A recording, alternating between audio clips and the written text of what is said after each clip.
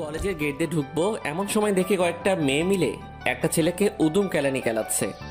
ভাবতেছি একবার গিয়ে দেখবো কি হয়েছে। পরে আবার ভাবলাম না, না যাওয়াই ভালো। কেননা নিজেকে আর ভেজালে জড়াতে চাই না। এমনিতেই ভেজাল ভেজাল করে করে জীবনটা বরবাদের দিকে ঠেলে দিয়েছি। আর না, আর তার চেয়ে বড় কথা, কলেজে আজ আমার প্রথম দিন। এখানে পরিবেশ সম্পর্কে আমার কোনো ধারণাই নাই। চুপচাপ মাথা নিচু করে চলে যেতে নিলে হঠাৎ পেছন থেকে একটা মেয়ে ডাক দেয়।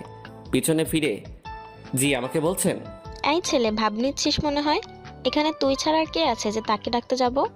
ও আসলে বুঝতে পারিনি। জি বলুন, কি বলবেন? তবে নিজের মোটা মাথাটার দ্বারা বুঝে নিয়েছি মেয়েটা আমাকে কেন ডেকেছে। মেয়েটার হাতে সিগারেট। 100% শিওর মেয়েটা আমাকে র্যাগিং করার জন্য ডেকেছে। কলেজে নতুন মনে হয়। জি। কলেজে আসার আগে নিয়ম কানুন সম্পর্কে ধারণা নিয়ে আসিসনি, যে কলেজের সিনিয়রদেরকে সম্মান করতে হয়? আসলে সরি, বুঝতে পারিনি। বুঝতে পারিসনি বললে তো আর হবে না। ভুলের জন্য তো তোকে শাস্তি পেতেই হবে। মানে শাস্তি কেন পেতে হবে? আমি তো আগে থেকে অবগত না কলেজ সম্পর্কে, না হয়তো সালাম দিতাম। এই ছেলে, আবার মুখে মুখে তর্ক করছিস। একে তো ভুল করেছিস, তার উপরে আবার মুখের উপরে কথাও বলছিস। তোর ডাবল সাজা প্রাপ্য। মাথা নিচু করে আছি, কারণ কলেজে আজ আমার প্রথম দিন। আর প্রথম দিন এসেই কোনো ঝামেলায় জড়াতে চাই না। এই নে ধর একটা কাগজ। যা, এটাকে খুলবি না, সোজা ওই যে জিন্স পরা মেয়েটা দেখছিস তাকে গিয়ে দিয়ে আসবি। কথা না বাড়িয়ে কাগজটা হাতে নিয়ে মেয়েটার কাছে চলে গেলাম। এই যে আপু। কি রে, কি হয়েছে? ডাকলি কেন? একটা আপু আপনাকে এই কাগজটা দিতে বলল। মেয়েটার হাতে কাগজটা দিয়ে চলে আসতে ধরলাম। এমন সময় মেয়েটা আবার ডাক দিল, এই ছেলে এদিকে আয়। আমি কাছে যেতেই মেয়েটা আমার গালে কষে কয়েকটা থাপ্পড় বসায় দিল। পুরো কলেজ তো আমার দিকে হা করে তাকিয়ে আছে। এই, তোর সাহস তো কম না? তুই আমাকে লাভ লেটার দিস? তুই জানিস আমি কে? চুপ করে আছি। কি লাভ লেটার? কিছুই তো মাথায় কাজ করছে না। আপু, আমি তো আপনাকে লাভ লেটার দেই নাই। আর কাগজে কি লেখা ছিল সেটাও জানি না। ওই যে আপুটা আপনাকে এটা দিতে বলল। মেয়েটা আরও কয়েকটা থাপ্পড় লাগাই দিল আমার গালে। আমি তো মেয়েটার থাপ্পড় খেয়ে হাবলার মতো ঠায় দাঁড়িয়ে আছি। দাঁড়া, লাভ লেটার দেওয়ার মজা বোঝাচ্ছি তোকে। ফোনটা বের করে কাকে জানি ফোন দিল। ইতিমধ্যে কয়েকটা ছেলে এসে হাজির। এই ছেলে আমাকে লাভ লেটার দিয়েছে, এবার তোরা কি করবি কর। ছেলে একটা এসে সোজা আমার কলার ধরে জোরে টান মারলো। সাথে সাথে আমার শার্টের বোতাম কয়েকটা ছিঁড়ে মাটিতে পড়ে গেছে। তোর কত বড় সাহস, তুই মাহি ম্যাডামকে লাভ লেটার দিস, যেখানে আমরা ওনার নাম পর্যন্ত মুখে নেই না। ভাইয়া বিশ্বাস করেন, আমি জানি না এটা কি লেখা ছিল। একটা আপু ওনাকে এটা দিতে বলল। এত কিছু আমি জানি না, কথা হচ্ছে তুই মাহি ম্যাডামকে লাভ লেটার দিয়েছিস। এখন তোর কি হাল করি তুই দেখ। বলে ছেলেটা আমাকে মারতে শুরু করলো।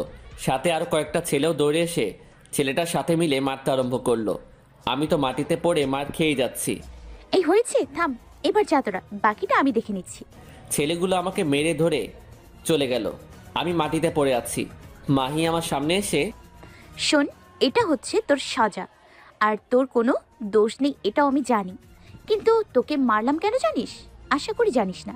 তোকে মারার কারণ হচ্ছে এই মাহিকে সেটা চিনে নে। কলেজের সবাই আমার কথায় ওঠে আর বসে। আমার মুখের উপরে কোনো কথা বলার দুঃসাহস কারোর হয়নি এই কলেজে। এই কলেজ কেন থাক, আর বেশি কিছু নাই বা বললাম। কলেজে থাকলে এমনিতেই জেনে যাবি আমি কে। ভবিষ্যতে যেন কখনো বড় গলায় আমার সামনে কথা বলার দুঃসাহস না করিস, সেটার জন্য মেডিসিন দিলাম।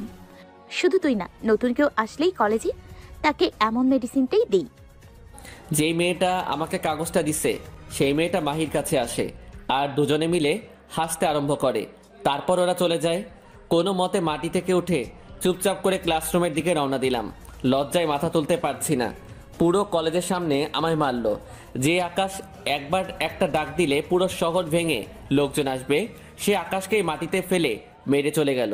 থাক, নতুন বলে কিছু বললাম না। ক্লাসরুম খুঁজে পাচ্ছি না, তাই একজনের কাছে জিজ্ঞাসা করলাম, ভাইয়া ক্লাসরুমটা কোন দিকে? চলো আমি দেখিয়ে দিচ্ছি, আমি একই ক্লাসে যাব। ছেলেটার সাথে ক্লাসরুমের দিকে যাচ্ছি।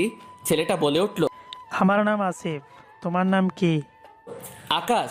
আসলে কিছু মনে করিও না, তোমার সাথে যা হয়েছে সবটাই দেখেছি, কিন্তু কিছু বলার ক্ষমতা নেই। কারণ যে মেয়েটা তোমাকে মেরেছে সে মেয়েটা এই শহরের মাফিয়া গ্যাং লিডার। শুনতে একটু অন্যরকম লাগবে যে মেয়ে হয়ে মাফিয়া লিডার কি করে হয়, কিন্তু এটাই সত্য। খুব ডেঞ্জারাস মেয়ে।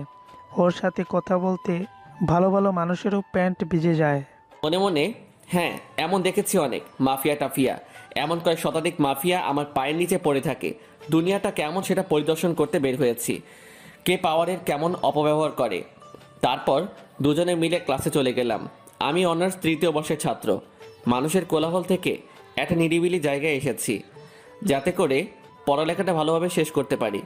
বাবা মারা যাওয়ার আগে শেষ একটা ওয়াদা করিয়ে গিয়েছিল যে পড়ালেখা করে মানুষের মতো মানুষ হব। সেই লক্ষ্য নিয়েই নতুন কলেজে এসেছি, পুরান কলেজ পেলে, কারণ সেখানে আমার পড়াশোনা কোনো দিনই হবে না, কারণ পরিবেশটা অন্যরকম। সর্বদা দাঙ্গা ফাসাদ নিয়ে পড়ে থাকে সকলে, তাই এই শহরে চলে এসেছি। কিন্তু শহরের মানুষগুলোও যে একই রকম সেটা আর বুঝতে বাকি নাই। ক্লাসরুমে ঢুকে চুপচাপ বসে আছি। স্যার এখন আসে নাই। সবাই আমার দিকে বাঁকা চোখ করে করে দেখছে, কারণ একটু আগে যে ধোলাই খেয়ে এসেছি। আমার পাশে আসিফ বলল, আকাশ, মন খারাপ করিও না। সবাই তোমার দিকে যেমন করেই তাকাক না কেন, আমি তোমাকে বন্ধুর চোখেই দেখবো। Thank you. একটু পর স্যার ক্লাসে এসে, শুনলাম আজ মাফি নাকি নতুন কাউকে র্যাগিং করেছে আর তাকে নাজেহালভাবে মেরেছে। সে কে? সবাই আমার দিকে আঙুল দিয়ে দেখিয়ে দিল। আমি মাথা নিচু করে তাকিয়ে আছি। তোমার নাম কি? আমার নাম আকাশ। থাক বাবা, বাদ দাও, যা হয়েছে বাদ দাও। মাফিকে তোমার মতো কোনো ক্ষমতা এই কলেজের কারো নাই। এই কলেজের কেন, পুরো শহরের কারো নাই। আর তুমি ওর থেকে একটু দূরে দূরে থেকো। এমন সময় মাহি ক্লাসে ঢুকে পুরো গ্যাং নিয়ে, তার মধ্যে কাগজ দেওয়া মেয়েটাও আছে। কি স্যার, আমার নামে কি গুণগান গাওয়া হচ্ছে নাকি? স্যার ভয় চুপ করে আছে। গুণগানই যেন হয়, বদনাম করলে শরীর থেকে মাথা আলাদা করে ফেলবো। তারপর সবাই ক্লাসে বসলো। মনে মনে ভাবে, কিরে কাগজ দেওয়া মেয়েটা না বলেছিল মেয়েটা সিনিয়র, তাহলে আমাদের ক্লাসে কি করে? ধুর, মাথায় কাজ করছে না। স্যার ক্লাস থেকে বের হন, আজ ক্লাস করতে হবে না। স্যার মাহির এক কথায় ভয় বেরিয়ে গেল। আমি আর আসিফ চুপ করে ক্লাসে বসে আছি। মাহি আর ওর পুরো গ্যাং ক্লাসটাকে মাথায় তুলে ফেলছে। এমন সময় প্রিন্সিপাল আসে। মাহি, আজ নাকি স্যারকে ক্লাস করতে মানা করেছো? হ্যাঁ মানা করেছি তো। গুরুত্বপূর্ণ ক্লাসগুলো এইভাবে অবহেলা করলে পরীক্ষায় পাশ করবে কিভাবে? এই টাকলা, তুই তো কথা বলিস কোন সাহসে? হ্যাঁ, প্রিন্সিপাল স্যার ভয় চলে যায়। মাহিরা আবার হই হুল্লোড় শুরু করে ক্লাসে। ছাত্রদেরকে সম্মান করে না ভালো কথা, কিন্তু একটা কলেজে প্রিন্সিপালের সাথে এইরূপ আচরণ কিভাবে করতে পারলো? মনে মনে ভাবি, না, আমার সেই আগের রূপে ফিরে যেতে হবে। রক্তের বন্যা না ঝরালে এইসব মানুষকে কখনো শিক্ষা দিতে পারবো না, যারা পাওয়ারের অপব্যবহার করে। চুপচাপ করে ক্লাসে বসে আছি। একটু পর মাহি আমার কাছে আসে। কি রে, এখন কেমন ফিল হচ্ছে তোর? মার খেয়ে তোর অনুভূতিটা কেমন? সবাই হাসাহাসি করছে। আমি চুপচাপ বসে আছি। এখন লাউড হওয়া যাবে না, কয়েকটা দিন যাক, তারপর কত বড় মাফিয়া সেটা দেখে নিব। কি রে, কথা বলছিস না কেন? আবার মার খাওয়ার ইচ্ছে আছে নাকি? আমি আমার মতো চুপ করে আছি। প্লিজ তোমরা ওকে ছেড়ে দাও। ওর সাথে তোমরা আর কিছু করিও না। বেচারা আজ প্রথম এসেই মার খেলো। এই ছাগলের 4 নাম্বার বাচ্চা, তোর মুখে দেখে বুলি ফুটেছে। তোরও কি মার খাওয়ার শখ আছে নাকি? হ্যাঁ, যে ওর হয়ে ওকালতি করছিস? আসিফ ভয়ে চুপ হয়ে গেল। আমাকে যে কাগজ দিয়েছিল সেই মেয়েটা বলে, আরে মাহি ছাড় তো, বাদ দে। যা মার খেয়েছে, এরপর কখনো তোর সামনে কথা বলার মতো দুঃসাহস করবে না। এলিনা, তুই ঠিক বলেছিস। যে কাগজ দিয়েছিল ওই মেয়েটার নাম এলিনা। তারপর ওরা ক্লাসরুম থেকে বের হয়ে যায়, আর আমি আর আসিফও ক্লাসরুম থেকে বের হয়ে আসি, কারণ আজ ক্লাস হবে না। মাহি একবার বলে দিয়েছে, এরপর আর কারোর ক্ষমতা নাই যে মাহির কথার অবজ্ঞা করে ক্লাস করাবে। আচ্ছা চলো আমরা ওই দিকটায় গিয়ে বসি। আচ্ছা চলো।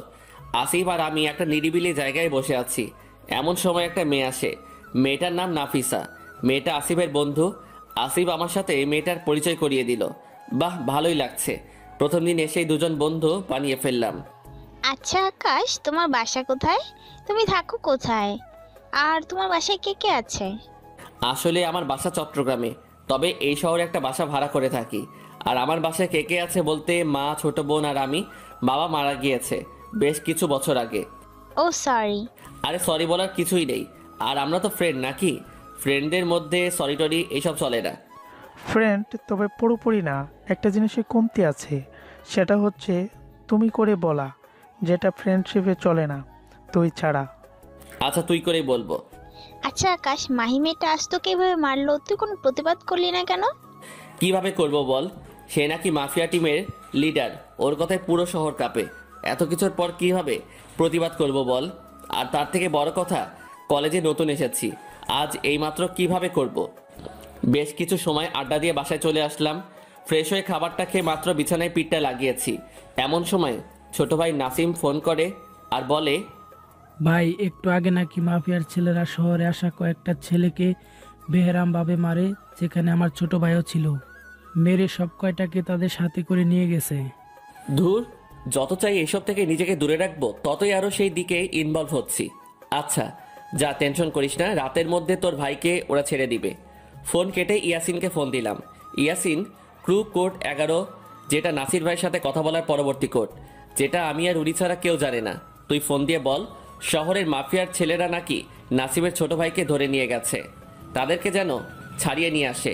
না হয় আমার মাথা যদি গরম হয়, শহরে কোনো মাফিয়া থাকবে না। আচ্ছা ভাই, আমি এখনই নাসির ভাইকে বলতেছি। নাসিরের কথায় পুরো শহরে মাফিয়ারা কাজ করে। আমার মাথায় কাজ করতেছে না। মাফিয়া মাফিয়া বলে যে এত লাফালাফি করতেছে, এই মাফিয়ার আসল বসকে তারা যদি জানতো তাহলে জায়গায় মলমূত্র ত্যাগ করতো। সামান্য একটা শহরের লিডার হয়ে এত পাওয়ার দেখাচ্ছে, তাহলে যে মাফিয়া জন্ম দিয়েছে তার পাওয়ার কতটা হওয়া দরকার। তারপর একটু রেস্ট নিয়ে বিকালবেলা হাঁটতে বের হলাম। এমন সময় দেখি কয়েকজন মানুষ আর পুলিশ মিলে রাস্তাঘাট অফ করে দিচ্ছে, কারণ মাফিয়া লিডার নাকি এই পথ ধরে যাবে। এখন কে যাবে সেটা তো আর আপনাদের বলতে হবে না, মাহি যাবে এখন। আমিও আমজনতার মতো রাস্তার একপাশে চুপচাপ দাঁড়িয়ে আছি। হঠাৎ নজর পড়লো একটা গাড়ির মধ্যে একটা রুগী আটকা পড়েছে, যাকে হসপিটালে নিয়ে যাচ্ছিল, কিন্তু মাহি আসবে দেখে গাড়ি ঘোড়া সব সাইড করে দিয়েছে। রুগীটার অবস্থা খুব খারাপ, ইমার্জেন্সি হসপিটালে নিয়ে না গেলে হয়তো এখানে সে দম ছেড়ে দিবে। এবার আর চুপ থাকলাম না, দৌড়ে গেলাম গাড়িটার কাছে। গাড়ির কাছে গিয়ে ড্রাইভারকে বললাম গাড়ি স্টার্ট দিতে, কিন্তু সে ভয় না করে। আমি বললাম কোনো সমস্যা হবে না, আমি আছি আপনার সাথে। আমি প্রাণে মরতে চাই না, মাফিয়ার লোকেরা অনেক ডেঞ্জারাস। এই আপনি গাড়ি থেকে নামেন, আমি গাড়ি চালাচ্ছি। সে রাজি হয় না। এবার রাগ উঠে গেল, ওকে কলার ধরে গাড়ি থেকে নামাই দিয়ে নিজের গাড়ি নিয়ে হসপিটালে রওনা দিলাম। কাউকে দেখার সময় নাই, আগে মানুষটা যান বাঁচানো ফরজ। হসপিটাল পৌঁছে দিয়ে মাত্র বের হলাম, এমন সময় কয়েকজন ছেলে এসে আমাকে জোরপূর্বক তাদের সাথে নিয়ে গেল। এই ছেলে কে তোমরা, আর তোমরা আমাকে কোথায় নিয়ে যাচ্ছ? চুপ করে থাক, একদম বেশি বাড়াবাড়ি করবি না, সোজা শরীর থেকে মাথাটা আলাদা করে ফেলবো। চুপ করে তাদের সাথে গেলাম, তারা আমাকে মাহির কাছে নিয়ে গেল। আমাকে দেখে কি তোর ভয় হয় না রে ছোট লোকের বাচ্চা? তুই নাকি গরিবের রবিনহুড হয়েছিস? আমার লোকেরা পথ ব্লক করার পরেও কোন সাহসে গাড়ি নিয়ে রাস্তায় নেমেছিস? মানুষটা আর অল্প সময় হলে মরে যেত, তাই রুগীটাকে নিয়ে হসপিটালে দিয়ে এসেছি। এই কুত্তার বাচ্চা, আমার মুখের ওপরে কথা বলিস আবার?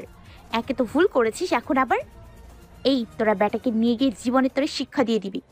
একটা হাত আর একটা পা যেন অচল হয়ে যায়।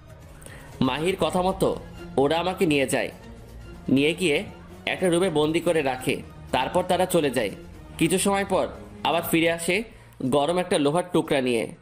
ছেলেটা গরম লোহার টুকরাটা নিয়ে সোজা আমার পা বরাবর বাড়ি মারে। এত জোরে বাড়ি মারে যে মাগো বলে চিৎকার দিয়ে উঠি। তারপর আবার হাতের উপরে বাড়ি মারে, সাথে সাথে হাতটা মট করে ভেঙে যায়। স্পষ্ট বুঝতে পারছিলাম হাতটা ভেঙে গেছে। ষাঁড়ের মতো চেঁচাতে আরম্ভ করি, মনে হচ্ছে যে জানটা বের হয়ে যাবে। তারপর তারা আমাকে নিয়ে গিয়ে রাস্তার মধ্যে ফেলে রেখে চলে আসে। মাটিতে গড়াগড়ি করছি, কেউ সাহায্যের জন্য এগিয়ে আসছে না। একটা বয়স্ক লোক আমায় হসপিটালে দিয়ে আসে।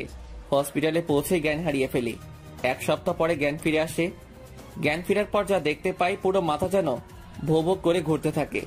পুরো হাসপাতালে ছেলে পেলে দিয়ে ভরে গেছে, সবার মাথায় তো আগুন উঠে গেছে। আমাকে এই অবস্থায় দেখে আমার জ্ঞান ফিরেছে শুনতে পেয়ে সকলেই এসে হুমড়ি খেয়ে কান্না করতেছে। আকাশ ভাই, আপনি ঠিক আছেন তো? আরে পাগল, তোরা কান্না করতেছিস কেন? দেখ আমি ঠিক আছি, আমার কিচ্ছু হয় নাই, তাও ছেলে পেলে মানতেছে না। ডাক্তার 1 মাস বেড রেস্ট দিল। ছেলে পেলের জন্য হসপিটালের বাহিরের কোনো মানুষ ঠিকমতো আসা যাওয়া করতে পারতেছে না। এত মানুষ আসছে আমাকে দেখতে। তারপর আমাকে সবাই নিয়ে গেল, ভালো একটা হোটেল বুক করলো, সেখানেই থাকার ব্যবস্থা করলো আমার। আর বাসার কেউ এই সব কিছু জানে না, মা জানলে তো সোজা স্ট্রোক করবে। সবাইকে চলে যেতে বললাম, কিন্তু কেউ কোনো কথা শুনছে না। ওদের একটাই কথা, আমাকে যারা মেরেছে ওদের রক্ত দিয়ে গোসল না করে ওরা কেউ এখান থেকে যাবে না। তাও অনেক কষ্টে বুঝিয়ে বাঁচিয়ে পাঠালাম। তবে কয়েকজন আমার সাথেই রয়ে গেছে, নাসিম, ইয়াসিন। ওদেরকে হাজার মানা করলেও ওরা যাবে না, তাই আর জোরও করিনি ওদের। আচ্ছা নাসিম, তোর ছোট ভাইকে ছেড়েছে? ভাই রাতের আগেই ছেড়ে দিছে। কথা বলতেছি এমন সময় নাসির ভাই এসে হাজির। নাসির ভাই বলতে শহরের মাফিয়া টিমের আসল লিডার। সে এসেছে আমার এই অবস্থা শুনে।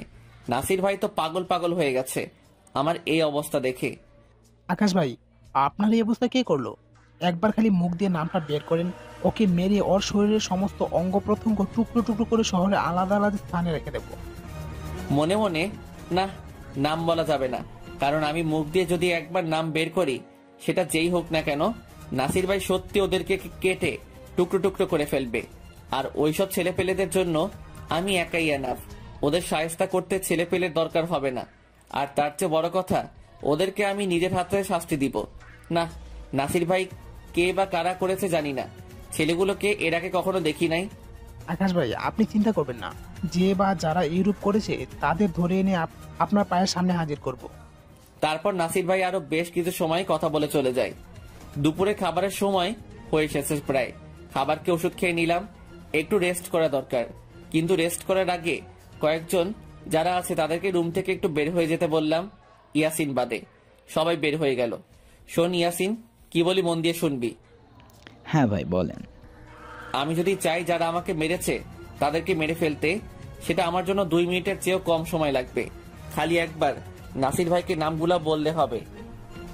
কিন্তু আমি নাসির ভাইকে বলি নাই, কারণ ওদেরকে আমি নিজের হাতে মারবো। আর ছেলেগুলো হচ্ছে মাফিয়ার টিম, যেটা শহরে আছে সেই গ্যাংয়ের ছেলে পেলে। শোন, আর শহরের মাফিয়ার দায়িত্বে আছে হচ্ছে মাহি নামের একটা মেয়ে। ওর লেফট হ্যান্ড এবং রাইট হ্যান্ড 2টা ছেলে আছে। ওদেরকে গিয়ে তুলে নিয়ে আনবি। ওরাই আমার সাথে এইরূপ আচরণ করেছে। যত ছেলের আগে নিয়ে যাবি, কিন্তু কাউকে বলবি না। ওদেরকে কেন তুলে নিয়ে আনছিস কেউ জিজ্ঞাসা করলে বলবি আকাশ ভাইয়ের অর্ডার। আচ্ছা ভাই, আপনি একটু শুয়ে রেস্ট করেন, বিকেলবেলা আপনার চোখ খোলার আগে ছেলে দুইটা আপনার সামনে থাকবে। আরে না না, এটা হোটেল, এখানে কোনো হাঙ্গামা করার দরকার নাই। শহরের আড্ডাখানা যেটা আছে সেখানের পিছনে যেই স্টোর রুমটা আছে সেখানে বেঁধে রেখে ফেলে আসবি। তারপর কি করতে হবে সেটা আমি বলে দিব। আচ্ছা ভাই। আচ্ছা যা। তারপর ইয়াসিন চলে যায় আর আকাশ একটু ঘুমানোর চেষ্টা করে। বিকেলবেলা চোখ খোলার আগে দেখে ইয়াসিন এসে হাজির। কিরে, কাজ কত দূর? ভাই, মাল দুইটাকে তুলে নিয়ে স্টোর রুমে ফেলে রেখে চলে আসছি। এই যে নেন মাল দুইটার ভিডিও। ইয়াসিন আসার আগে ওদের ভিডিও করে নিয়ে আসছে। কোনো সমস্যা হয় নাই তো? ভাই কি বলেন, কি সমস্যা হবে? যার আগে সবাই কোমরে গুঁজে মেশিন নিয়ে গেছি, গিয়ে ফার্স্টে ভালোই ভালো বলছি আমাদের সাথে আসতে, কিন্তু মাল দুইটা একটু পাওয়ার দেখাইছে যে এই সেই, কিন্তু সে জানে না আমরা তার বাপেরও বাপ। কি আর করা ভাই, যখন বাংলা ভাষায় বোঝাইতে পারি নাই তখন মেশিন কপালে থেকে তুলে নিয়ে আসছি। যা, এবার ফ্রেশ হয়ে নে। এইভাবেই দিন কাটতে লাগলো। মাহির লেফট হ্যান্ড এবং রাইট হ্যান্ড 2টা এখনো স্টোর রুমে বন্দি। পুরো শহর তামা তামা করে খুঁজে ফেলছে শহরের মাফিয়ার লোকেরা, কিন্তু কেউ খুঁজে পায় নাই এই 2টাকে। আমার প্ল্যান হচ্ছে আগে পুরোপুরি সুস্থ হই, তারপর ওদের ব্যবস্থা করব। আর কিছুদিন যাওয়ার পর পুরোপুরি সুস্থ হয়ে গেলাম, এবার সব কয়টার অবস্থা নাজেহাল করব। নাসিম আর ইয়াসিনকে নিয়ে স্টোর রুমে গেলাম, যেখানে মাল 2টাকে বন্দি করে রেখেছে ইয়াসিন। আর ইয়াসিনকে আগে বলে রেখেছিলাম আমি সুস্থ হওয়ার আগ পর্যন্ত যেন ওদের দেখভালের কমতি না হয়, কারণ কোরবানির গরুর ভালো করে দেখভাল করতে হয়। ওদেরকে বাইরে রেখে আমি স্টোর রুমের ভিতরে গেলাম। গিয়ে দেখি মাল 2টাকে ইয়াসিন শিকল দিয়ে বেঁধে রেখেছে। আমাকে দেখেই একজন বলে উঠল, এই তুই এখানে? তোকে না মেরে হাত পা ভেঙে রাস্তায় ফেলে চলে আসছিলাম, তুই এখনো মরিস নাই? বাপ কখনো এত সহজে মরে নাকি রে কুত্তার বাচ্চা, বলে বুকের মধ্যে সজোরে একটা লাথি মারলাম। আমি মরলে তোদের শরীর থেকে কলিজা কেটে বের করবে কে? আর কার গায়ে হাত দিয়েছিস সেটা যদি জানতি তাহলে এখনই দম আটকে মারা যাইতি। ইয়াসিন সেলাই রেঞ্জ আর কাঁটাটা নিয়ে আয়। ইয়াসিন এসে সেলাই রেঞ্জ আর কাঁটাটা দিয়ে গেল। সেলাই রেঞ্জটা হাতে নিয়ে দুজনের পা বরাবর 2টা সজোরে বাড়ি মারলাম। বাড়ি মারার সাথে সাথে পায়ের হাড্ডিটা মট করে যে ভেঙে গেছে সেটা স্পষ্ট নিজের কানে শুনতে পেলাম। দুইজনেই মাগো বলে চিৎকার করে উঠলো। এখন কেমন লাগে? তারপর আবার হাতের মধ্যে বাড়ি মারলাম। দুজনেই ষাঁড়ের মতো চিৎকার করে করে চেঁচাচ্ছে আর হাত জোর করে মিনতি করছে। প্লিজ আমাদের ছেড়ে দাও, আমাদের ভুল হয়ে গেছে। এখন কেন? তখন মনে ছিল না কার সাথে পাঙ্গা নিচ্ছিস? একজন বলে উঠলো, বিশ্বাস করো, তুমি কে বা কি করো তা আমরা জানি না। লিডার অর্ডার করছে তাই তোমার সাথে এই রূপ করে করছি। প্লিজ আমাদের ক্ষমা করে দাও। না, তোদের ক্ষমা নাই। আমি কাটারটা হাতে নেই, তার আগে ছেলে দুইটার মুখের মধ্যে কাগজ গুজে দেই যেন চিৎকার করতে না পারে। তারপর কাটারটা দিয়ে ছেলে দুইটার বুকের মধ্যে লাগাতার পোজ দিতে থাকি। চিরচির করে রক্ত পড়তেছে ছেলে দুইটার শরীর থেকে। শোন, আর অল্প সময় পর হয়তো তোদের জান চলে যাবে। তার আগে আমার পরিচয়টা তোদের দিয়ে দেই, হয়তো তোদের মরার জন্য আহসান হবে। আকাশ ছেলে দুটোর কানের সামনে গিয়ে কানে কানে নিজের আসল পরিচয়টা বলে। ছেলে দুটো সাথে সাথে চোখ বড় বড় করে ফেলে আর সাথে সাথে দম আটকে মারা যায়। আকাশ ইয়াসিনকে ডেকে বলে এই দুটো বডিকে শহরের সিটি রোডে টাঙিয়ে রেখে আসতে, যাতে করে মানুষজন দেখে। পুরো শহর তো হাহাকার লেগে গেছে, মাফিয়ার ছেলেদের এইরকম বেধড়কভাবে কে মারল, কার এত বড় বুকের পাটা। নাসির ভাইয়ের ছেলেরা তো পাগল পাগল হয়ে গেছে। মাহির তো পুরো মাথা খারাপ হয়ে গেছে যে করেই হোক এই দুজনের হত্যাকারীকে সে খুঁজে বের করবেই। অন্যদিকে আকাশ তো দিব্যি ঘুরে বেড়াচ্ছে, ওর মনে হচ্ছে কিছুই যেন হয় নাই। পরের দিন সে কলেজে যায়। আসিফ আর নাফিসা আকাশকে দেখতে পেয়ে দৌড়ে আসে। কিরে আকাশ, এতদিন কোথায় গিয়েছিলি রে? আর একটা পারিবারিক কাজে আটকে পড়েছিলাম। এখন সব ঠিক হয়েছে তো? হ্যাঁ। আচ্ছা আকাশ, কিছু কি শুনেছিস? মাফিয়ার ছেলে দুইটাকে নাকি কে যেন মেরে শহরের সিটি রোডে টাঙিয়ে রেখে দিচ্ছে। হ্যাঁ, আমি একটু শুনেছি। কলেজে এসেছি পর্যন্ত সবাই একই কথা কানাফোসা করতেছে। চল, ক্লাসের সময় হয়ে এসেছে, ক্লাসের দিকে যাই। তিনজন মিলে ক্লাসের দিকে যাচ্ছি। এমন সময় মাহির সামনাসামনি পড়ে গেলাম। মাহি তো আমার দিকে চোখ বড় বড় করে চেয়ে আছে। আমি সাইড কেটে চলে আসলাম। ক্লাস করছি, এমন সময় কয়েকটা ছেলে ক্লাসরুমের মধ্যে এসে বলল মাহি নাকি আমাকে ডাকতেছে। আচ্ছা চলো। স্যারের অনুমতির প্রয়োজন নাই, কারণ মাহির কথা একবার যখন বলছে সবাই চুপ। নাফিসা তো ভয় শেষ। আকাশ প্লিজ, কখন কি করে বসে তোর সাথে। আর টেনশন করিস না। তারপর ছেলেগুলোর সাথে মাহির কাছে গেলাম। মাহি সবাইকে চলে যেতে বলল। সবাই চলে গেল। এই ছেলে, তুই জীবিত হলি কি করি? সেদিন ওরা বলল যে তোকে মেরে হাড়গুড় গুঁড়ো করে দিয়েছে। ওদের কথা মতো তো তুই বাঁচার কথা না, কিন্তু বাঁচলি কি করে? আরেকটা কথা, সেটা হচ্ছে তোকে কেমন যেন আমার সন্দেহ হচ্ছে। তোকে যারা মেরেছিল সেই দুজনকে কার জানি মেরে শহরের সিটি রোডে টাঙিয়ে রেখে আসছে। দেখেন, আপনার কোনো কথার জবাব দিতে আমি ইচ্ছুক নই। আর বড় কথা হচ্ছে আমি ভুল করেছি, তার জন্য তো মেরে হাত ভেঙে দিয়েছেন। এত শাস্তি দেওয়ার পরেও কি আপনার শখ মিটেনি? এই ছেলে, বেশি কথা শিখে গেছিস মনে হয় না? কথা যাই বলবো চুপচাপ শুনবি, না হয় জ্যান্ত মেরে পুঁতে ফেলবো। আকাশ চুপ করে আছে। শোন, তোর ওপর আমার সন্দেহ লাগছে। আমার ছেলেপেলেরা তোর ওপর নজরদারি রাখবে, মাথায় রাখিস। আচ্ছা। ক্লাস করে বাসায় চলে গেলাম। এইভাবে আরো কয়েকটা দিন কাটলো। এই কয়েকদিনে লক্ষ্য করলাম মাহি যেন কেমন পরিবর্তন হয়ে গেছে। আমি কলেজে আসলেই মাহি আমার দিকে ড্যাব ড্যাব করে চেয়ে থাকে। একদিন ক্লাস শেষ করে যাচ্ছিলাম বাসায়, এমন সময় মাহি ডাক দেয় আমাকে। আই, এদিকে আয়। হ্যাঁ বলেন। এই, তুই কি সিঙ্গেল? মানে বুঝলাম না। তুই কি কোনো রিলেশন করিস? না। এখানে এসে আমার পাশে বস। আমি কথা না বাড়িয়ে মাহির কাছে গিয়ে বসলাম। শোন, আজ থেকে তুই রোজ ক্লাস ছুটির পর এসে আমার সাথে এখানে বসে থাকবি। হঠাৎ মাহির নাম্বারে একটা ফোন আসে। যে ছেলে দুইটাকে ঝাড়া মেরে ফেলে দিয়ে গেছে তাদের একজনের সংবাদ পাওয়া গেছে। অপর পাশ থেকে কি বলছে কিছু শুনতে পাচ্ছি না, খালি মাহির কথাই শুনছি। ওকে যে করে হোক আটক করে আমার সামনে নিয়ে আয়। ফোনের অপর পাশ থেকে খবর পেয়েছি আজ নাকি সে রাতের বেলায় চৌরাস্তার মোড়ে কোনো এক কাজে যাবে, সেখান থেকে তুলে নিয়ে আসবো। আচ্ছা। মাহি ফোন রেখে দিয়ে, বেটা এবার যাবি কই? আমার ছেলেদেরকে মারা এবার বোঝাবো। আজ রাতেই তোর খেল খতম। মাহির অল্প কথা শুনে বুঝে গেলাম ইয়াসিনের নাম জেনে গেছে। আজ রাতে ইয়াসিনকে ওরা কিছু একটা করবে। এই, এবার তুই বাসায় যা, আমার কাজ আছে। আমি তাড়াতাড়ি উঠে বাসায় চলে এলাম। এসে ইয়াসিনকে ফোন দিলাম। ইয়াসিন ফোন রিসিভ করছে না। অনেকবার ফোন দিলাম, তাও রিসিভ করলো না। মাথা তো ঘুরতেছে। আমার জালে আমি নিজেই ফেসে গেলাম। এখন যদি ইয়াসিনকে খবর দেওয়া না হয়, সে 100% শিওর বিপদে পড়বে। একটু পর দেখলাম ফোনটা বাজছে। ফোনের দিকে তাকাতেই দেখলাম ইয়াসিন ফোন করেছে। ইয়াসিন, কোথায় তুই? আচ্ছা শোন, যেখানে আছিস তাড়াতাড়ি আমার সাথে দেখা কর। ইয়াসিন তাড়াতাড়ি 30 মিনিটের মধ্যেই আমার কাছে চলে আসলো। আমি ওকে বললাম তোর নাম ওরা জেনে গেছে। তোমার সমস্যা কি? আমি কি ওদেরকে ভয় পাই নাকি? আপনি থাকতে এই জমিনে বুকে কে আমার গায়ে হাত দিবে? এমন মানুষ এখনো পয়দা হয় নাই। হ্যাঁ, তোর কিছুই করতে পারবে না।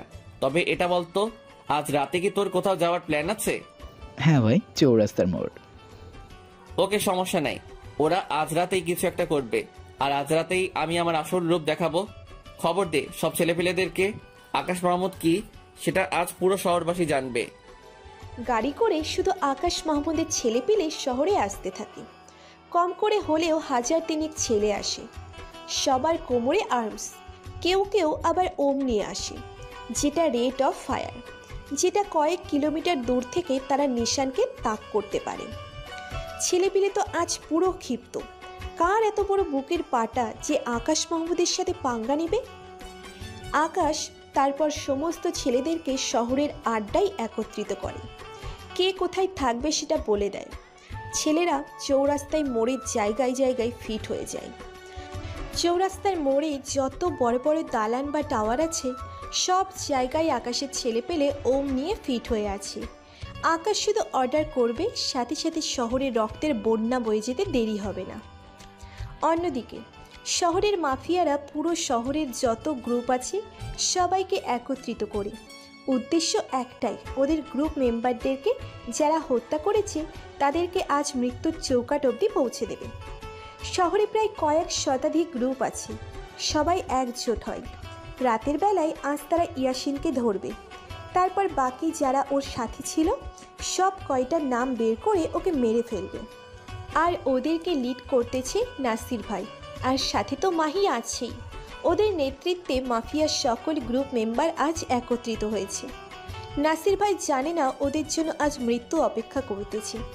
নিজের পাতানো ফাঁদে যে নিজেরাই আটকে পড়বে এই ধারণা কারও নেই। বিকেল পেরিয়ে প্রায় মাগরিব হয়ে আসে। আকাশের লোকজন সবাই যে যার জায়গা মতো ফিট হয়ে আছে, আর আকাশ বলে দেয় ইয়াসিন আগে একা যাবে। মাফিয়ার গ্রুপরা সবাই অপেক্ষা করতেছে কখন বলির পাঠাটা আসবে। একটু পর প্ল্যান মোতাবেক ইয়াসিন চৌরাস্তার মোড়ে যায়। সাথে সাথে মাফিয়ার ছেলেপেলেরা ইয়াসিনকে চারপাশ থেকে ঘিরে ফেলে। সবার হাতে চাপাটি বড় বড় রামদা। ইয়াসিনকে আজ টুকরো টুকরো করে ফেলবে। নাসির ভাই আর মাহি একটা গাড়িতে বসে আছে।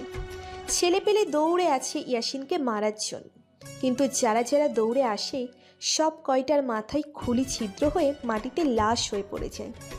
রেট অফ ফায়ার দিয়ে মাথার খুলি ছিদ্র করে ফেলেছে আকাশের ছেলেরা। মাফিয়ার সবাই তো ভয় পেয়ে যায়, কেউ বলতে পারে না কি ঘটছে। এবার ইয়াসিনের সাথে ওর দলের 10-15 জন গিয়ে দাঁড়ায়। মাফিয়ার ছেলে পেলে আরও এক ঝাঁক এগিয়ে আসে মারার জন্য। ওই 10-15 জন মিলে প্রায় 100 মাফিয়ার গ্রুপকে মেরে জায়গার মধ্যে তুলোধনা বানিয়ে ফেলে। এবার একত্রে সমস্ত মাফিয়ার ক্রুরা ওই 10-15 জনের উপরে ঝাঁপিয়ে পড়ে। 10-15 জন মিলে এত জনের সাথে কখনোই পেরে ওঠা সম্ভব না।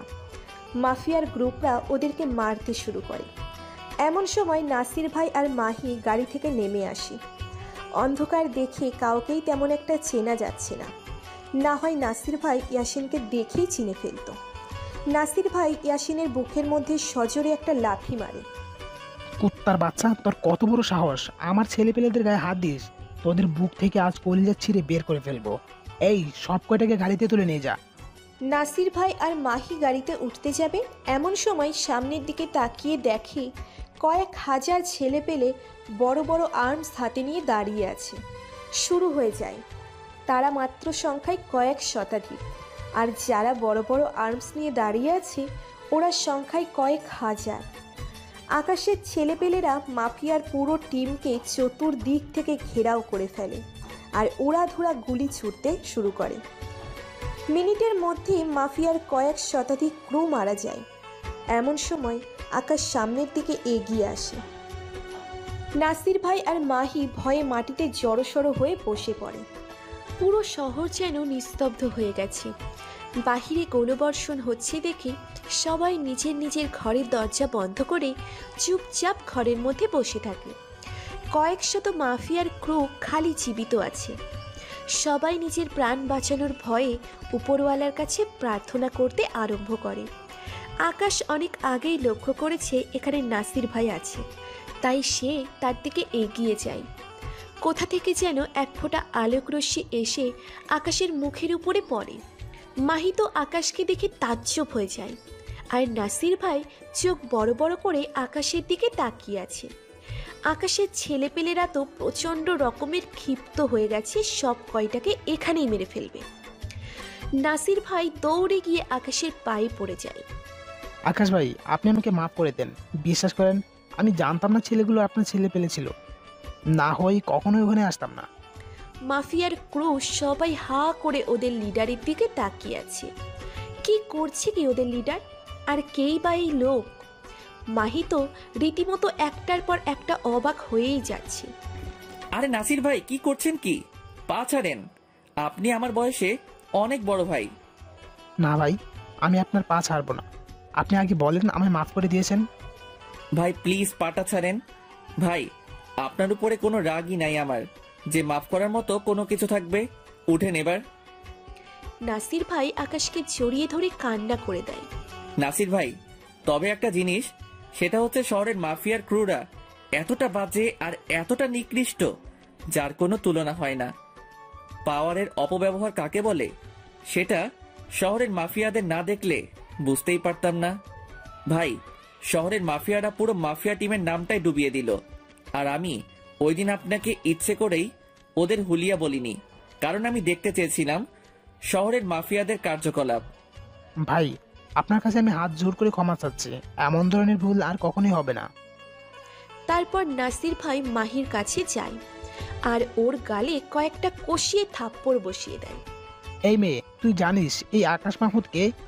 কার সাথে পাঙ্গা নিয়েছিস তুই? হ্যাঁ? মাহি চুপ করে আছে। আজ যদি আমি না থাকতাম, তোরা আজ এখান থেকে কেউ জীবিত ঘরে ফিরতে পারতি না। তোরা যে মাফিয়ার পাওয়ার নিয়ে চলিস, এই সেই আকাশ মাহমুদ, যে পুরো ওয়ার্ল্ডের মাফিয়ার বস, যার উপরে কোনো মাফিয়ার বস নাই। তার এই তৈরি করা এই মাফিয়া গ্যাং, আর আজ তোরা তার সাথে পাঙ্গা নিয়েছিস। সবাইকে উদ্দেশ্য করে বলে, দেখ চারিদিকে তাকিয়ে, এক ডাক দিয়েছে, হাজার হাজার মাফিয়ার দল এসে একত্রিত হয়েছে। মাফিয়া লিডার হওয়ার পরেও তার কোনো বড়াই নেই, কিন্তু তোদের এত পাওয়ার আসলো কোথা থেকে? সবাই তো এই কথা শোনার পর মাথায় হাত দিয়ে ফেলে।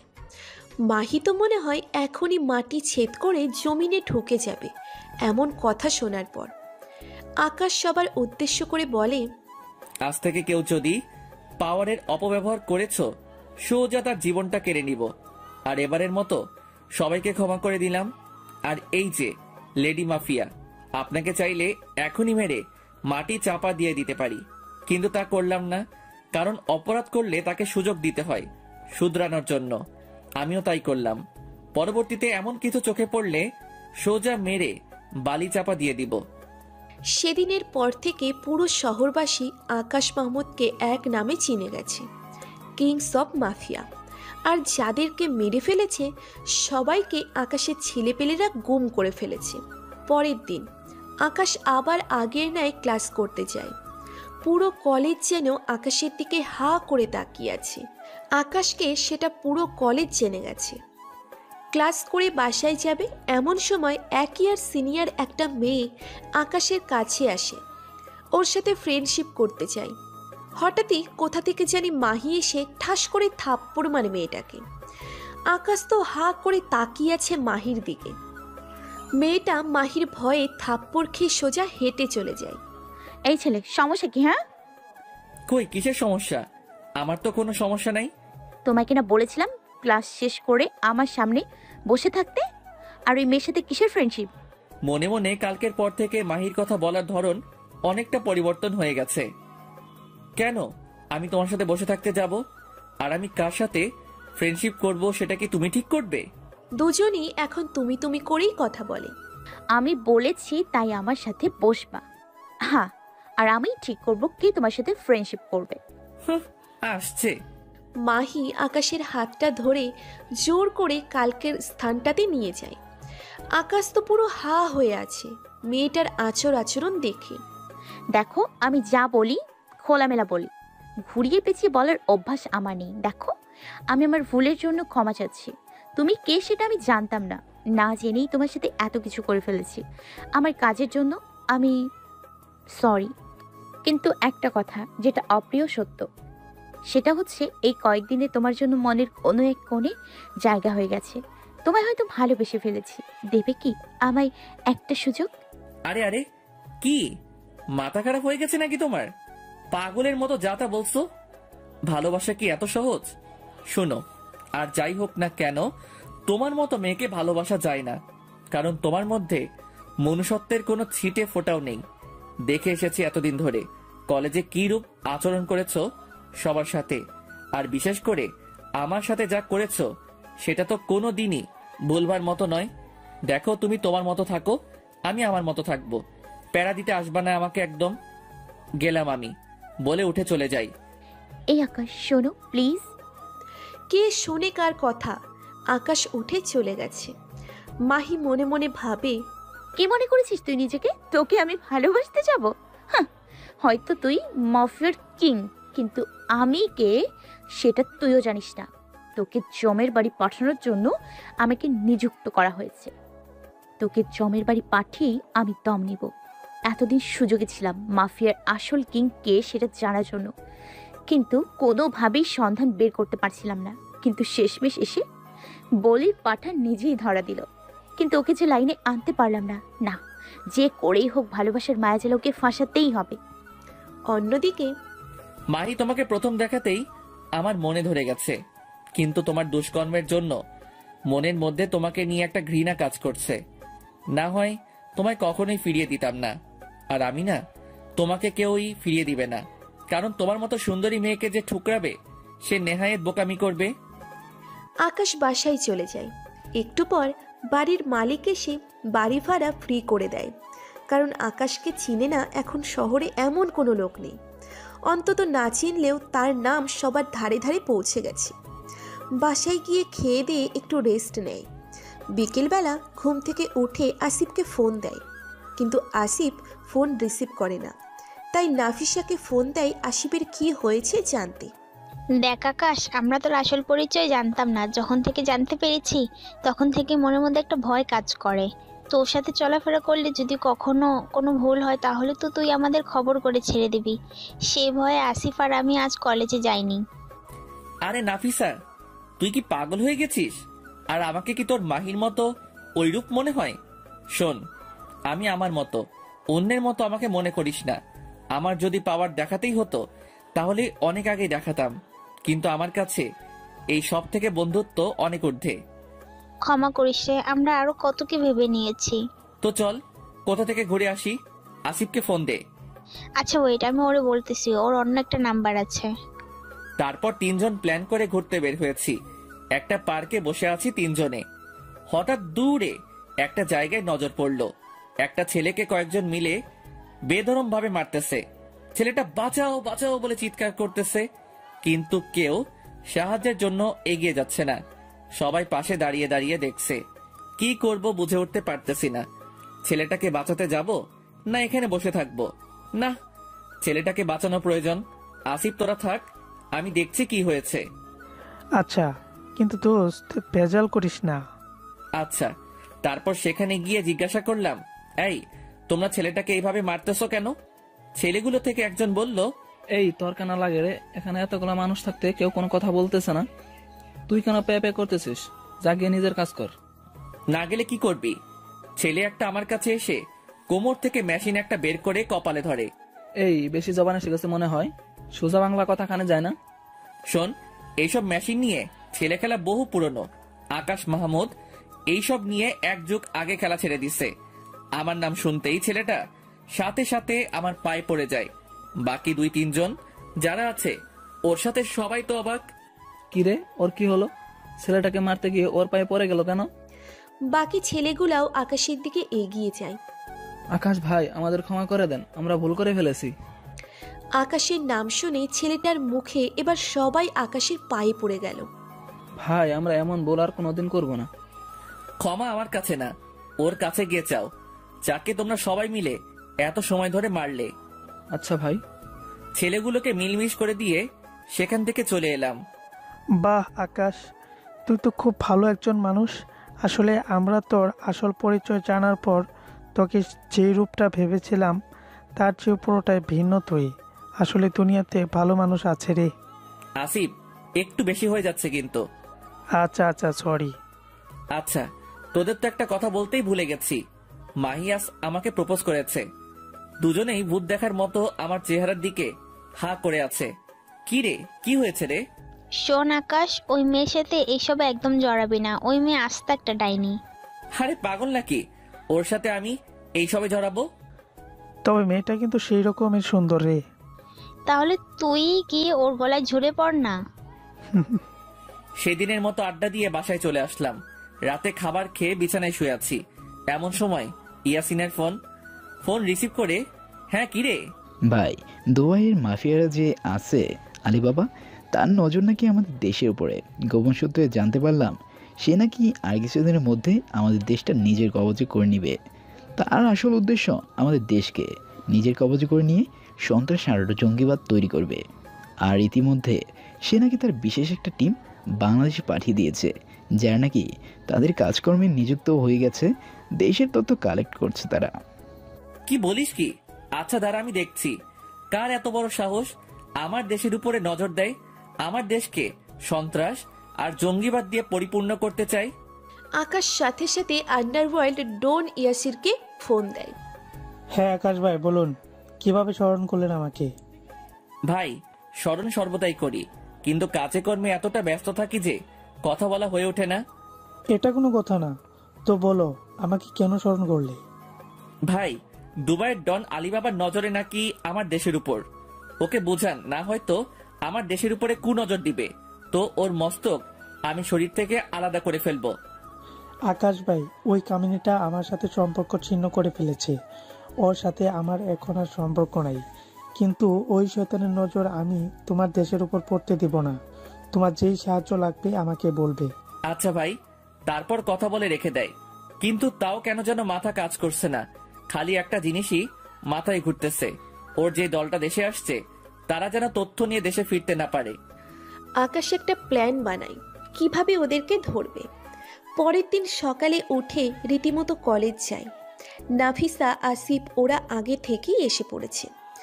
এমন সময় হঠাৎ কোথা থেকে জানি মাহি এসে আকাশকে পিছন থেকে জড়িয়ে ধরে। আকাশের তো মাথায় রাগ উঠে যায়। আকাশ মাহিকে সামনে ঘুরিয়ে ওর গালের মধ্যে কয়েকটা থাপ্পড় বসিয়ে দেয়। মাহি তো বেকুবের মতো হা হয়ে আছে আকাশের থাপ্পড় খেয়ে। নাফিসা আর আসিফও চোখ বড় বড় করে তাকিয়ে আছে আকাশের দিকে। কি করলো আকাশ এটা? এই মেয়ে, গতকাল মানা করেছি না আমি তোর সাথে রিলেশনে জড়াতে চাই না, তাও তুই কোন সাহসে আজ এসে আমায় জড়িয়ে ধরলি? আমি তো তোমায় ভালোবাসি, তাই জড়িয়ে ধরেছি আর কি। রাখ তোর ভালোবাসা, তোর মতো মেয়েকে কে ভালোবাসতে যাবে? সামনে থেকে দূর হ আমার। আজ তো খালি থাপ্পড় দিলাম, পরের বার এমন ধরনের কিছু করলে সোজা গালের দাঁত সবগুলা ফেলাই দিব। তাই করো, তোমার যা করতে মন চায় আমার সাথে করো, কিন্তু প্লিজ আমায় ফিরিয়ে দিও না। কাল সারা রাত ঘুমোতে পারিনি, খালি তোমার কথা মনে পড়েছে। দেখ মাহি, এটাই শেষবার, এরপর কিন্তু এমন কিছু করলে সত্যি খারাপ হবে। এই নাফিসা, তোরা চল তো, বলে ওদেরকে নিয়ে ক্লাসে চলে যাই। মাহি তো সেখানেই থ হয়ে দাঁড়িয়ে আছে। কত বড় সাহস বেটা, তুই আমাকে মারলি, এর প্রতিশোধ আমি নিয়েই ছাড়বো। এমন সময় মাহির ফোনে একটা ফোন আসে। মাহি ফোনের দিকে তাকিয়ে তো থরথর করে কাঁপতে শুরু করে। তাও ভয়ে ভয়ে ফোনটা রিসিভ করে। অপর পাশ থেকে, কাজ কত দূর এগিয়েছে? আর কয়েকটা দিন সময় লাগবে, বেটাকে কোনোভাবেই লাইনে আনতে পারছি না। আমি জানতাম তোমাকে দিয়ে কাজ হবে না, তোমার মতো মেয়ে এসব কাজের যোগ্য নয়। এখন যদি বস ফোন দেয় আমি কি জবাব দেব? তোমার উপর ভরসা করে আমার ঠিক হয়নি। বস প্লিজ আর কয়েকটা দিন সময় দিন আমায়, আমার উপরে বিশ্বাস রাখেন। আমি যে করেই হোক ওকে নিজের কবজে এনে ওর অস্তিত্ব মুছে দিব। আমাদের কাছে সময় আছে আর 21 দিন, মানে 3 সপ্তাহ। 21 দিন পর আমরা আমাদের কাছে ইন্তজাম দেব। তার আগে যা করা করতে হবে, না হয় তুমি জীবনে তরে প্রাণ হারাবে। না না বস, এর আগেই কাজ হয়ে যাবে। ফোন রেখে দেয়। মাহির তো মাথায় কাজই করতেছে না। আকাশ তো বলল নেক্সট টাইম এমন কিছু করলে সে আমাকে খবর করে ছাড়বে। কিভাবে কি করব আমার মাথায় তো কাজই করছে না। আকাশ ক্লাসে গিয়ে বসে আছে। একটু পর স্যার আসে আর লেকচার শুরু করে। আকাশ লক্ষ্য করে ওর ফোনটা বাজছে, কিন্তু স্যার থাকায় সে ফোনটা পিক করতে পারছে না। চুপচাপ বসে আছে। স্যার লেকচার দিয়ে চলে যাওয়ার পর সে পকেট থেকে ফোন বের করে দেখে ইয়াসিন ফোন করেছিল। সে একটা মেসেজও পাঠিয়েছে। মেসেজটা চেক করে দেখে, ভাই ওরা 70 জনের একটা টিম নিয়ে বাংলাদেশে এসেছে, যার মধ্যে 17 জন মেয়ে আর বাকি 53 জন ছেলে। তারা শহরে আলাদা আলাদা স্থানে ছড়িয়ে ছিটে আছে। তাদের থেকে একজনের সন্ধান পেয়ে গেছি। আকাশ ইয়াসিনকে ফোন দেয়। ইয়াসিন, এখনই এই জায়গায় আয়, একটা ঠিকানা দিয়ে দিচ্ছি। আচ্ছা ভাই। আকাশের ক্লাস না করে কলেজ থেকে বের হয়ে যায়। জায়গা মতো গিয়ে আকাশ অপেক্ষা করছে। একটু পর ইয়াসিন আসে। জাসুসটাকে তুলে নিয়েছিস? না ভাই, ওর পিছনে লোক লাগিয়ে রেখেছি। ওর দ্বারাই বাকি আরো 2-1জনকে যদি ধরতে পারি। হ্যাঁ, গুড। শোন, রাতের মধ্যে তুলে নিবি ওকে। আর এই পুরো ঘটনাটা টিমের কাউকে শেয়ার করবি না যে আলিবাবা দেশে হামলা করবে। আচ্ছা ভাই। ইয়াসিন চলে যায় আর আকাশ নাসির ভাইকে ফোন দিয়ে সবটা খুলে বলে। সমস্যা নাই, ছেলেপেলে রেডি আছে। ওই আলিবাবার বাচ্চা দেশের মাটিতে পা দিতে পারবে না। এমন নাজেহাল অবস্থা করবো ওর। আকাশ তারপর বাসায় চলে যায়। রাতের বেলায় ইয়াসিন 70 জন জাসুস থেকে একটাকে তুলে নিয়ে আসে, যেটার ইনফরমেশন ওদের কাছে আছে। ওকে ধরে এনে রুমে বন্দি করে রেখেছে। ইয়াসিন শুরুতে ভালোই ভালোই বলে দেয় বাকি সাথীদের নাম বলতে, কিন্তু সে কোনো মতেই স্বীকার করে না। ইয়াসিন 3rd ডিগ্রি দেয়, তাতেও মুখ খোলে না। ইয়াসিন আকাশকে ফোন দিয়ে বলে, ভাই এত চেষ্টা চালাচ্ছি, সে মুখ খুলতেই রাজি না। আচ্ছা তোরা থাক, আমি আসতেছি। একটা কাজ কর, গরম পানি কর আর মরিচের গুঁড়ো রেডি করে রাখ। আকাশ 30 মিনিটের মধ্যে সেখানে চলে যায়। ভাই সব রেডি। আকাশ শুরুতে গিয়ে ভালোই ভালোই বলে, বাকি সাথীদের নাম বল। তোরা যাই করিস না কেন আমার মুখ থেকে নাম বের করতে পারবি না। এত টর্চার করে তোর নাম বের করতে পারলে না, ধরে নে আর পারবি না। মারতে মারতে মেরে ফেললেও পারবি না। এখনো কি টর্চার করেছি? সবে তো মাত্র শুরু। ইয়াসিন, গরম পানি নিয়ে আয় তো, আর সাথে যা রাখতে বলেছি সেটাও নিয়ে আয়। ইয়াসিন গরম পানি আর মরিচের গুঁড়োর বাটিটা নিয়ে আকাশের সামনে রাখে। ওর শরীর থেকে সমস্ত কাপড় চোপড় খুলে ফেল আর মুখের মধ্যে একটা কাপড় গুজে দে। ইয়াসিন সাথে আরও একজন মিলে ওর শরীর থেকে কাপড় খুলে নিয়ে নেয় আর মুখের মধ্যে কাপড় গুজে দেয়। আকাশ গরম পানির বালতিটা নিয়ে ফুটন্ত গরম পানিগুলো ওর শরীরে ঢেলে দেয়। গরম পানি ঢালার সাথে সাথে সে সাপের মতো মোচড়ামুচড়ি করতে আরম্ভ করে। সারা শরীরে ফোসকা পড়ে গেছে ওর। ছেলেটা অঝরে চেঁচাচ্ছে, কিন্তু তার গলার আওয়াজ বের হচ্ছে না। আকাশ তারপর মরিচের গুঁড়োগুলো ওর শরীরের মধ্যে ঢেলে দেয়। ছেলেটা আর সহ্য করতে না পেরে চোখ দিয়ে পানি ছেড়ে দেয় আর চোখের ভাষায় বলতে থাকে তার মুখ থেকে কাপড়টা সরিয়ে নিতে। সে সবটা স্বীকার করবে। যা, ওর মুখ থেকে কাপড়টা সরিয়ে ফেল। ইয়াসিন মুখ থেকে কাপড়টা সরিয়ে নেয়। ছেলেটা মিনতির সুরে বলতে থাকে পানি। আকাশ ওর হাতের পাশে থাকা পানির বোতলটা এগিয়ে দেয়। সে গটগট করে 2 লিটার পানি জায়গায় শেষ করে ফেলে। এবার সাথীদের নাম বল, না হয়তো বুঝে গেছিস আমি কি কি করতে পারি। বিশ্বাস করুন, বাকি সাথীদের মধ্যে আমি কাউকে চিনি না, 2-1জন ছাড়া। তাও যাদেরকে চিনি ওদের সাথে কিছুদিন পরিচয়, কারণ বস আমাদের এক-একজনকে এক এক জায়গা থেকে উঠিয়ে এনেছে। কারোর সাথে কারোর পূর্বের পরিচয় নেই, আমাদের উঠিয়ে এনেছে কলকাতা থেকে। আমি জানি তুই সবারই নাম জানিস, ভালোই ভালোই নাম বল, না হয়তো আবার শুরু হয়ে যাব। মিথ্যা বলে পার পাবি না। বিশ্বাস করেন, আমি 2-1জনকে চিনি। ইয়াসিন, গরম পানির মধ্যে সুই ফুটিয়ে নিয়ে আয়। এই যে ভাই সুই। আকাশ সুইটা নিয়ে ছেলেটা রগের মধ্যে ফুটাতে থাকে। ছেলেটা ব্যথার তাড়নায় চিৎকার করে মিনতি করছে আর বলছে, বিশ্বাস করুন আমি আর কারোর নাম জানি না, আপনারা আমাকে মেরে ফেললেও একই কথা বলবো আমি। আকাশের কেন জানি মনে হচ্ছে ছেলেটা সত্য বলছে। আচ্ছা, বাকি দুইজনের নাম বল। আমার ফোনে তাদের ছবি আছে, এর আগের মিশনে একসাথে কাজ করেছিলাম, তাই ওদের কিছু পিক মোবাইলে আছে। ইয়াসিন, ওর ফোন কোথায় রে? ভাই ফোন জব্দ করে রেখেছি, ওয়েট 1 মিনিট, ফোন এনে দিচ্ছি। ইয়াসিন ফোনটা এনে ছেলেটার হাতে দেয়। ছেলেটা ফিঙ্গার দিয়ে ফোন ওপেন করে যেই দুজনকে চেনে তাদের পিক দেখায়। আকাশ একজনকে চেনে না, কিন্তু দ্বিতীয় জনকে দেখে তো আকাশের মাথার উপর যেন বাজ পড়েছে এমন অবস্থা। এটা কি করে সম্ভব? এই তুই সত্যি বলছিস তো তোদের টিমের মধ্যে এও একজন? হ্যাঁ সত্যি বলছি। ওকে, ওদের ব্যবস্থা করছি আমি। আর তোদের 70 জনকে লিড দিয়ে এ দেশে এনেছে কে? কেউ আনেনি, তবে বলেছে আমাদের একজন লিডার দেশে বহুকাল আগে থেকে বসবাস করে, সে সমস্ত কিছু দেখভাল করে। কিন্তু আমরা মিশনে এসেছি ঠিক, কিন্তু সেই লিডারকে এখনো দেখিনি। আকাশ তো দ্বিতীয়বারের মতো শকড খায়। আমাদের দেশে বহুকাল আগে থেকে কেউ একজন থেকে আসছে মানে? আকাশের মাথা রীতিমতো কাজ করা বন্ধ করে দিয়েছে। ইয়াসিন, ওকে এখানে এভাবে ফেলে রাখ, আর ছবি রেখে তুলে নিয়ে আয়। আর বাকি যে আছে তাকে আমার উপরে ছেড়ে দে। মনে মনে প্ল্যান তৈরি করলাম ওকে কিভাবে ধরবো। তখনই মনে পড়লো সে আমার জন্য ভালোবাসা নামক যে ফাঁদটা এঁটেছে তার মধ্যেই তাকে ফাঁসাবো। এত সময় হয়তো বুঝে গেছেন কার কথা বলছি। হ্যাঁ, মাহি হচ্ছে 70 জন জাসুসের মধ্যে একজন। দ্বিতীয় যে ছবিটা দেখলাম সেটা মাহিরই ছবি। এবার ওর ভালোবাসার জালে ওকে ফাঁসিয়ে তথ্য বের করব। কিন্তু আরেকজন লিডার যে আমাদের দেশে বহুকাল আগে থেকে বসবাস করছে তার উত্তর হয়তো মাহির কাছ থেকেই পাবো। মাহি পারবে একমাত্র হয়তো তার সঠিক সন্ধান দিতে। পরের দিন যথাসময়ে কলেজে চলে গেলাম। গিয়ে মাহির খোঁজ করছি, কিন্তু মাহি নাকি এখনো আসেনি। ওয়েট করছি, একটু পর মাহি আসলো। মাহিকে দেখে ওর দিকে এগিয়ে গেলাম। মাহি, তোমার সাথে আমার কিছু কথা আছে। কি বলবে বলো? আমি জানি তুমি কি বলবে, যে তুমি আমাকে ভালোবেসে ফেলেছো। আসলে মাহি, গত 2 দিন অনেক ভেবে দেখেছি আমার লাইফে এমন কাউকে দরকার যে আমার জীবনটা গুছিয়ে দিবে। হ্যাঁ দিব তো, আমি তোমার জীবন গুছিয়ে দিব। কালকের ব্যবহারের জন্য ক্ষমা চাচ্ছি। আচ্ছা, তুমি কি আমায় তোমার ভালোবাসার মতো একটা সুযোগ দিবে? হ্যাঁ দিব তো, কিন্তু একটা কন্ডিশন আছে। কি কন্ডিশন বলো? আমাকে সবসময় ঘুরতে নিয়ে যেতে হবে, মাঝে মাঝে তোমার হাতে খাইয়ে দিতে হবে। আমি হাজারো বাহানা করব, সেগুলো তোমার পূরণ করতে হবে।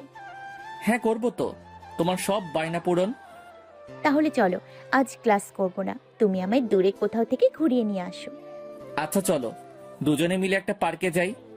মাহি আকাশের কাঁধে মাথা দিয়ে চুপ করে বসে আছে।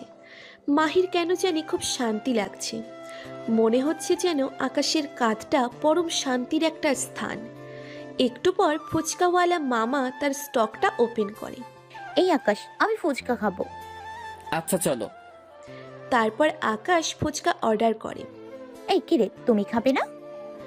না, আমার খেতে ইচ্ছে করছে না, আর এইসব আমি একটু কম খাই, আমার ভালো লাগে না। আচ্ছা তাহলে তুমি আমাকে খাইয়ে দাও, তোমার খেতে হবে না। মাহিকে খাইয়ে দিচ্ছি, ইচ্ছা করছে না ওর মতো ছলনাময়ীকে নিজের হাতে খাইয়ে দিতে। ইচ্ছে করছে ফুচকার সাথে বিষ মিশিয়ে দিয়ে ওকে মেরে ফেলি। মাহি তো আপন মনে ফুচকা খাচ্ছে আর মনে মনে ভাবছে, আর যদি আমি মিশনে না আসতাম তাহলে সত্যিই তোমায় ভালোবাসতাম। তোমার মতো মানুষ হয় না যে কিনা এত পাওয়ার থাকা সত্ত্বেও তার মাঝে সেই পাওয়ার নিয়ে কোনো গরিমা নেই। আজ খুব খারাপ লাগছে, যেদিন আমি তোমায় নিজ হাতে মারবো সেদিন আমার কেমন অবস্থা হবে তার পূর্বাভাস পাচ্ছি। মনে মনে, মাহি তুমি যদি সত্যিকার অর্থে আমায় ভালোবাসতে, উপরওয়ালা সাক্ষী তোমার হাত আমি কখনোই ছাড়তাম না। কিন্তু তুমি ছলনাময়ী, তোমার জন্য মনের কোনো এক জায়গায় ভালোবাসা কাজ করছে, কিন্তু তোমার ক্ষেত্রে সেটা প্রকাশ করাও নেহায়েত বোকামি হবে। আগে পরে তুমি তোমার আসল রূপ নিয়ে আমার সামনে আসবে। সেদিন অনেকটা সময় পার্কে সময় কাটাই দুজনে একসাথে মিলে। পরে আসার সময় দুজনের নাম্বার আদান প্রদান করে নেয়।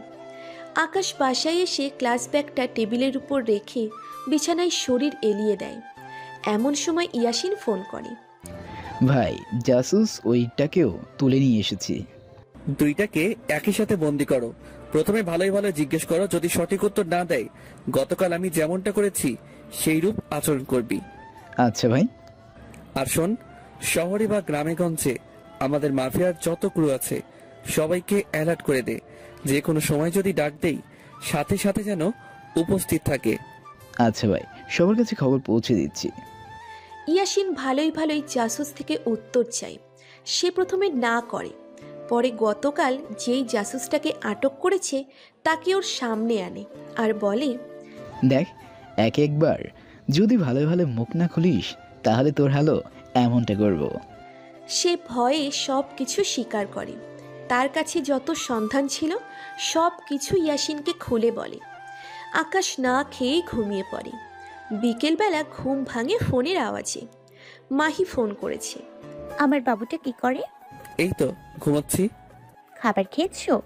না, আসলে বাসায় এসে শরীরটা ক্লান্ত লাগছিল, তাই শরীরটা এলিয়ে দিয়েছি বিছানায়। কখন যে ঘুমিয়ে গেছি তা বলতে পারবো না। এই কি বললা? তুমি এখনো খাওনি মানে কি?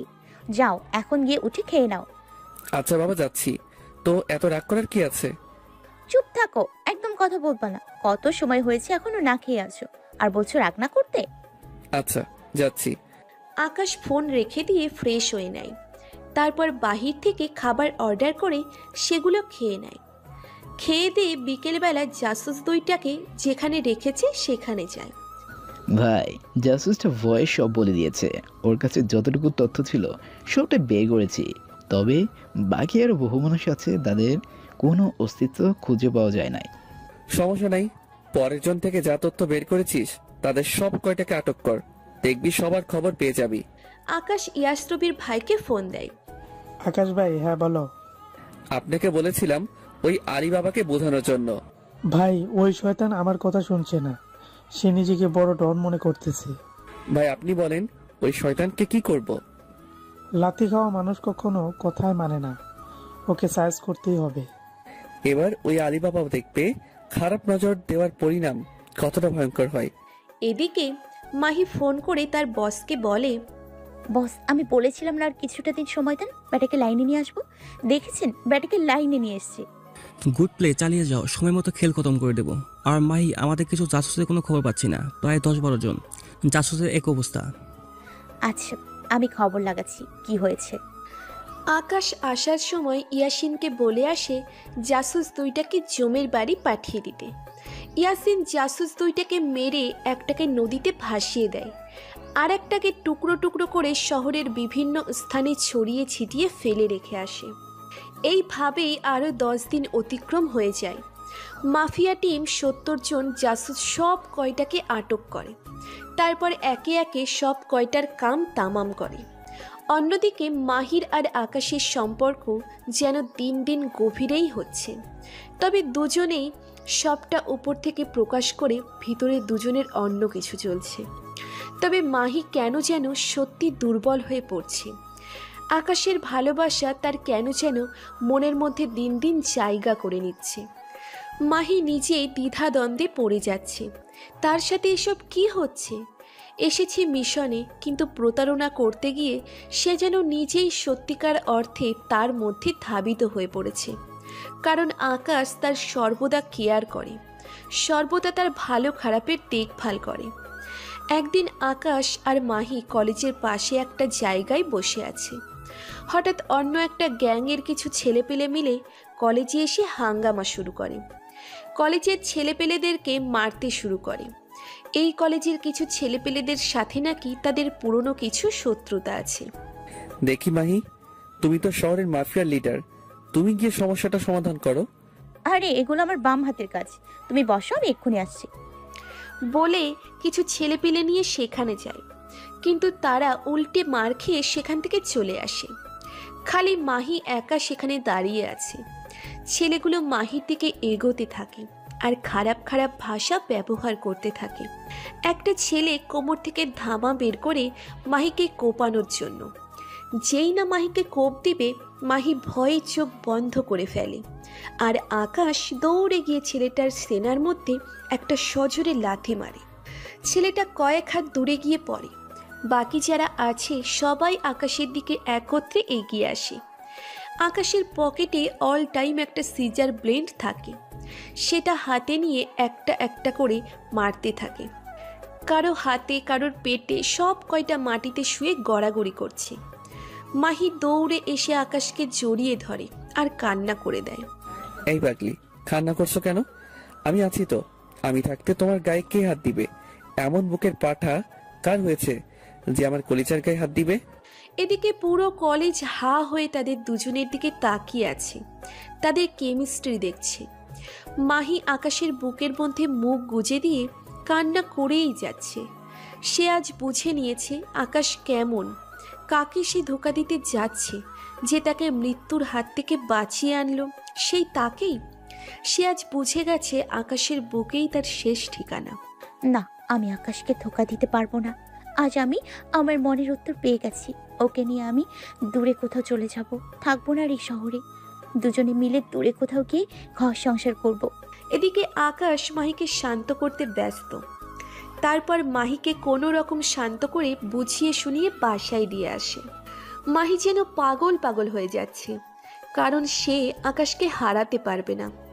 এভাবে আরও কিছুদিন কেটে যায়, বাকি মাত্র 3 দিন। আকাশ এই কয়দিনে লক্ষ্য করেছে মাহিও কেমন যেন পরিবর্তন হয়ে গিয়েছে। আকাশ যে সময়টা ওর সাথে থাকে সেই সব সময় আকাশের সাথে ছায়ার মতো লেগেই থাকে, আর দূরে থাকলে সর্বদা ফোন দিয়ে খোঁজ খবর নেয়। সকাল থেকে মাহির ফোনে ওর বস ফোন করছে, কিন্তু সে ভয়ে ফোন রিসিভ করছে না। সে বসকে কি বলবে, আর সে আকাশকে ধোকা দিতে চায় না। বস বেশ কয়েকবার ফোন দেয়, না পারাতে ফোন রিসিভ করে। কি সমস্যা মাহি? এত সময় ধরে ফোন দিচ্ছি, ফোন রিসিভ করছো না কেন? বস, একটু সমস্যায় ছিলাম, আকাশ আমার সাথে ছিল তাই ফোন রিসিভ করিনি। মিথ্যে বললাম। ও শুনো, হাতে আর বেশি সময় নেই। তোমার ফোনে একটা ঠিকানা টেক্সট করব আমি, তখন তুমি আকাশকে ফুসিয়ে ফাঁসিয়ে আমার টেক্সট করার ঠিকানার মতো চলে আসবা। যদি কোনো কারণে এদিক ওদিক হয়, জানোই তো তোমার মায়ের অপারেশন হবে না টাকার কারণে। মাহি কি করবে কিছুই মাথা কাজ করছে না। সে এমন মিশনে যোগ দিয়েছে কারণ এই মিশনটা করলে তারা তাকে মোটা অঙ্কের একটা টাকা দিবে, যা দিয়ে তার মায়ের চিকিৎসা সে ভালোভাবে করাতে পারবে। তার মায়ের লিভারে টিউমার ধরা পড়েছে, সেটার অপারেশন করতে হবে। একদিকে আকাশ, অন্যদিকে তার জন্মদাত্রী মা। কাকে রেখে কাকে বাঁচাবে সে? আমার মাকে বাঁচাতেই হবে। মনের মধ্যে পাথর রেখে না না বস, মিস হবে না। আমি ওকে নিয়ে ঠিকানা মতো চলে আসব। বস ফোন কেটে দেয়। মাহি মাটিতে বসে কান্না করে দেয়। আকাশ, বিশ্বাস করো, শুরুতে আমি তোমায় ঠকাতে চেয়েছিলাম, কিন্তু পরবর্তীতে তোমার সাথে থাকতে থাকতে তোমায় ভালোবেসে ফেলেছি। তোমায় ছাড়া থাকবো কি করে আমি আকাশ? বলে কান্নার মাত্রা আরও বাড়িয়ে দেয়। আকাশ সমস্ত মাফিয়ার ক্রুদেরকে একত্রে করার সিদ্ধান্ত নেয়। অন্যদিকে আলিবাবা পরিপূর্ণভাবে প্রস্তুত। আজ বাদে কাল সে বাংলাদেশে হামলা করবে। তারপর বাংলাদেশটাকে সে তার নিজের দখলে করে নেবে, আর সে এই দেশে গড়ে তুলবে সন্ত্রাস আর জঙ্গিবাদ। সে এখনো জানে না তার জন্য কাল অপেক্ষা করছে। তার মৃত্যু ওই কালের হাতেই লেখা আছে। আলিবাবা আরও কয়েকটা টিম বাংলাদেশে পাঠায়, যে শহরের বিশেষ বিশেষ জায়গায় মাইন ফিট করে রাখতে। সে আগামীকালকে বাংলাদেশে আসবে। আকাশ মাফিয়ার সমস্ত ক্রুদেরকে একত্রে করে সবার উদ্দেশ্যে কিছু কথা বলে। যে আমাদের দেশ আজ বাদে কাল অন্যরা ছিনিয়ে নেওয়ার চেষ্টা করবে, তোমরা কি তাদের বিরুদ্ধে রুখে দাঁড়াবে না পিছু হেঁটে যাবে? সকলেই একত্রে বলে ওঠে, আকাশ ভাই, আমরা কখনোই পিছু হাঁটবো না। যত যাই হোক না কেন, বাইরের যে কোনো খারাপ শক্তি আমাদের দেশকে ছিনিয়ে নিতে পারবে না। তাহলে কালকের জন্য রেডি থাকো। সকলেই ওই আলিবাবা আর তার টিমের সমস্ত সদস্যকে মেরে এই বাংলার মাটিতে পুঁতে রাখবো। আকাশ তারপর বাসায় চলে যায়। বাসায় গিয়ে মাহিকে ফোন দিচ্ছে, কিন্তু সে রিসিভ করছে না। আকাশ অনেকগুলো ফোন দেয়, তাও কোনো খবর নাই। মাহি একটু পর নিজেই ফোন দেয়। কলিজা, সরি, আসলে ওয়াশরুমে ছিলাম, দেখতে পাইনি। আচ্ছা যাও, ফ্রেশ হয়েছো, এবার কিছু খেয়ে নাও। আচ্ছা, আর কিন্তু বিকেলে দেখা করব। আচ্ছা। তারপর আকাশ খেয়ে দিয়ে একটু বিশ্রাম নেয়। বিকেলবেলায় মাহি ফোন করতেছি দেখা করতে যাওয়ার জন্য। কলিজা, আর মাত্র 5 মিনিট, আসতেছি। 5 মিনিটের মধ্যেই মাহির বাসার সামনে চলে যায়। তারপর দুজনে মিলে ঘুরতে বের হয়।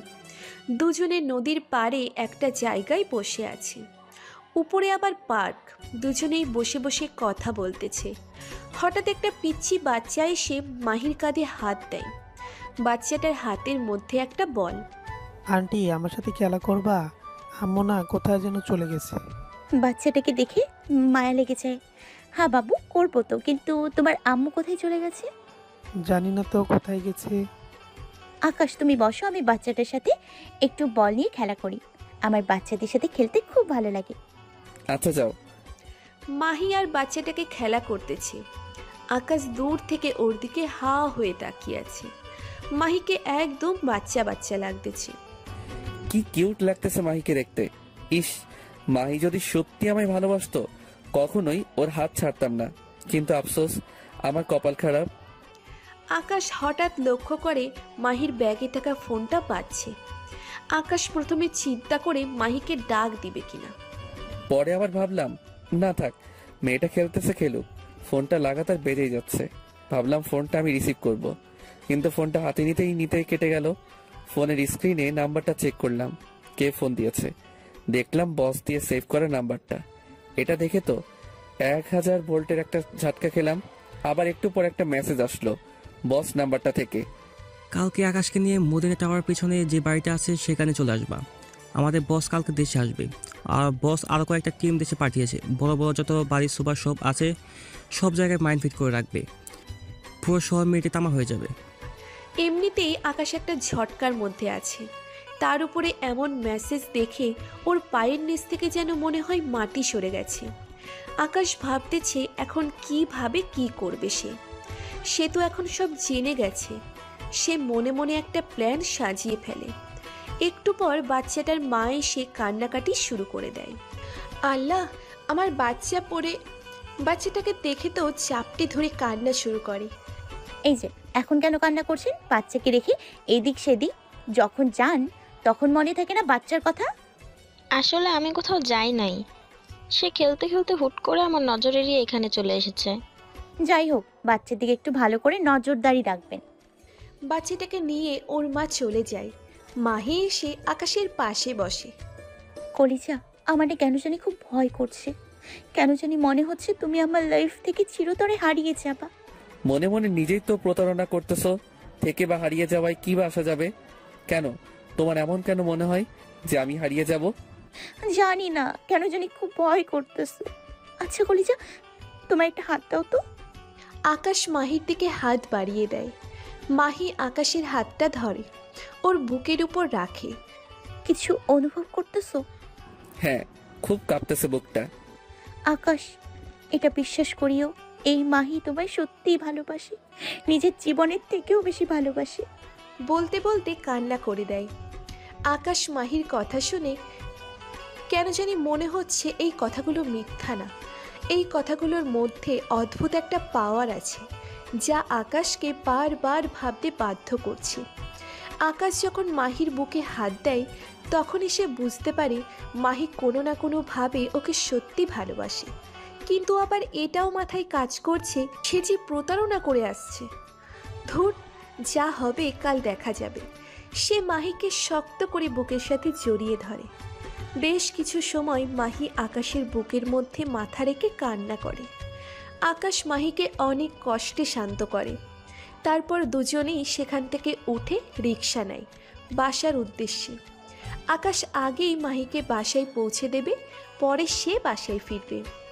মাহির বাসার সামনে আসার পর মাহি নেমে যায় রিকশা থেকে আর আকাশকে বলে, কলিজা, কাল আমার সাথে এক জায়গায় যেতে হবে, তুমি রেডি হয়ে থেকো। আকাশ আর পাল্টা প্রশ্ন করে না যে কোথায় যাবে। সে তো জেনেই গেছে মাহিটাকে কোথায় নিয়ে যাবে। আচ্ছা, সমস্যা নাই, যাব। আকাশ বাসায় না গিয়ে সোজা রিকশা নিয়ে ওদের টিমের আসল পাওয়ার পয়েন্ট যেটা সেখানে চলে যায়। সেখানে ইয়াসিন আরও অনেক ক্রু মেম্বাররা আছে।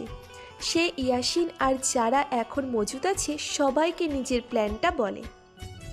ইয়াসিন তো কোনো মতেই রাজি না যে আকাশ একা যাবে, তার কথা হচ্ছে সেও যাবে তার সাথে। ইয়াসিন, সমস্যা নাই, আমি তো আর একা যাব না। আমি যাওয়ার কিছু সময় পর একটা সিগন্যাল পাঠাবো তোর ফোনে, বা যদি সিগন্যাল পাঠাতে না পারি তাহলে 30 মিনিট ওয়েট করবি, পরে সোজা হামলা করবি। আগে থেকে তোরা পুরো এলাকাটাকে ঘেরাও করে ফেলবি। আচ্ছা ভাই। আর শোন, ওরা শহরের সমস্ত বড় বড় যত বাড়ি বা টাওয়ার আছে সব জায়গায় মাইন ফিট করবে, সেগুলো ডিফিউজ করার ব্যবস্থা কর। ইয়াসিন আকাশের কথা মতো ক্রু মেম্বারদেরকে আলাদা আলাদা করে কাজে পাঠিয়ে দেয়। সমস্ত কিছু প্ল্যান করা শেষ। আকাশ বাসায় চলে আসবে, তার আগেই সে নাসির ভাইকে ফোন দেয়, কিন্তু ফোন বন্ধ আসছে বারবার। আকাশ তো কিছুই বুঝে উঠতে পারছে না। সে বাসায় যাওয়ার আগে এক পাক নাসির ভাইয়ের বাসায় যায়, কিন্তু নাসির ভাই নাকি নেই। বাসায় এসে ঘুমিয়ে পড়ে। সকালে উঠে নাস্তা করে একটু মাহির সাথে কথা বলে, পরে আবার বাসায় এসে পড়ে। মাগরিবের পর প্রায় 7টার দিকে মাহি ফোন দেয়, আকাশ রেডি হয়ে আমার বাসার সামনে আসো। আকাশ শার্টটা গায়ে দিয়ে কোমরে 2টা মেশিন গুজে নেয় আর ইয়াসিনকে ইনফর্ম করে সে বের হচ্ছে। ইয়াসিনরা আগেই জায়গা মতো পজিশন নিয়ে বসে আছে। মাহি বাসার সামনে অপেক্ষা করছে। আকাশ গাড়ি নিয়ে রওনা হয়েছে, কিন্তু মাহির কেন জানি চোখ মুখ লাল হয়ে যাচ্ছে। চোখের কোণে বেয়ে পানি পড়তে আরম্ভ করে। সে চোখের পানিগুলো মুছে নেয়। একটু পর আকাশ আসে। কলিজা, তুমি রেডি তো? হ্যাঁ কলিজা। আকাশ মাহির দিকে নজর পড়তেই ওর চোখ যেন ফেরাতে পারছে না। একদম হুড় পড়ির মতো লাগছে মাহিকে। আকাশ মাহির দিকে এক নজরে চেয়ে আছে। আকাশ হয়েছে, চলো। মাহির কথায় আকাশের হুঁশ ফিরে আসে। ও চলো। এই ওয়েট ওয়েট, একটা কাজ বাকি বলে মাহি আকাশকে শক্ত করে জড়িয়ে ধরে। মাহির চোখ বেয়ে টপ টপ করে পানি ঝরছে। সে মনে মনে আকাশ থেকে মাপ চেয়ে নেয়। কলিজা, আমায় মাফ করে দিও। তোমায় সত্যিই ভালোবাসি, কিন্তু তারপরেও তোমার সাথে ছলনা করতে হচ্ছে আমার মায়ের চিকিৎসার জন্য। এই মাহি, কি হয়েছে, যাবে না? মাহি চোখের পানি মুছে নেয় আকাশ না দেখার মতন করে। হ্যাঁ যাবো তো, চলো। মাহি আকাশকে নিয়ে বসের ঠিকানা মতো চলে যায়। আকাশ বাসায় যাওয়ার পর দেখে কেউ নাই, পুরো বাসা ফাঁকা। কিন্তু একটু পর এই পুরো বাড়ি ঘেরাও করে ফেলে আলিবাবার ছেলেরা। ওরা সবাই লুকিয়েছিল, 50-60 জন হবে ছেলে। মাহি সুন্দর করে সাইড হয়ে যায়। আকাশ এতজনের সাথে কখনোই পেরে উঠবে না। এমন সময় আলিবাবা আসে। আলিবাবা বাংলাদেশে চলে আসছে। মাহি আলিবাবার সাথে গিয়ে দাঁড়ায় আর মাথা নিচু করে দাঁড়িয়ে আছে। আকাশ, এখনো সময় আছে, ভালোই ভালোই আমার দলে যোগ দে, ভালো একটা অবস্থান করে দেব তোর। আলিবাবা বাংলাও পারে। তোর মতো দেশদ্রোহীর সাথে মিলে কাজ করব সেটা ভাবলি কি করে? আই, তোর খুব দেমাগ। হ্যাঁ আই, তোরা চেয়ে চেয়ে কি দেখছিস? যা ওর কলিজাটা শরীর থেকে চিড়ে নিয়ে আয়, আজ দেখবো ওর কত বড় কলিজা হয়েছে। আমার সামনে বড় গলায় কথা বলে। ছেলে পেলে আকাশের দিকে এগিয়ে আসে মারার জন্য। আকাশ ছেলেগুলোকে একাই মারতে শুরু করে। 10-12 জনকে সে কিছু সময়ের মধ্যে মাটিতে শুইয়ে দেয়। এবার আরও কিছু ছেলে পেলে এগিয়ে আসে ওকে মারার জন্য, হাতে বিভিন্ন রকমের তলোয়ার। আকাশ পকেট থেকে সিজার ব্লেডটা বের করে আর একে একে ওইগুলাকেও মেরে মাটিতে ফেলে দেয়। এমন সময় কেউ একজন এসে আকাশের মাথায় সজোরে বাড়ি দেয়, লোহা জাতীয় কিছু একটা দিয়ে। আকাশ পিছনে ফিরে যখন দেখে মানুষটাকে, তার চোখ বড় বড় হয়ে যায়। আকাশ পিছন ফিরে দেখে নাসির ভাই, যাকে সে অন্ধের মতো ভরসা করত, সেই নাসির ভাই তার সাথে। আকাশের যেন বিশ্বাসই হচ্ছে না। আকাশের মাথার পেছন সাইড থেকে চুইয়ে চুইয়ে রক্ত পড়ছে, তাও সে হার মানবে না। নাসির ভাইকে শরীরের সমস্ত শক্তি দিয়ে লাথি মারে। নাসির ভাই সোজা মাটির উপরে গিয়ে আছড়ে পড়ে।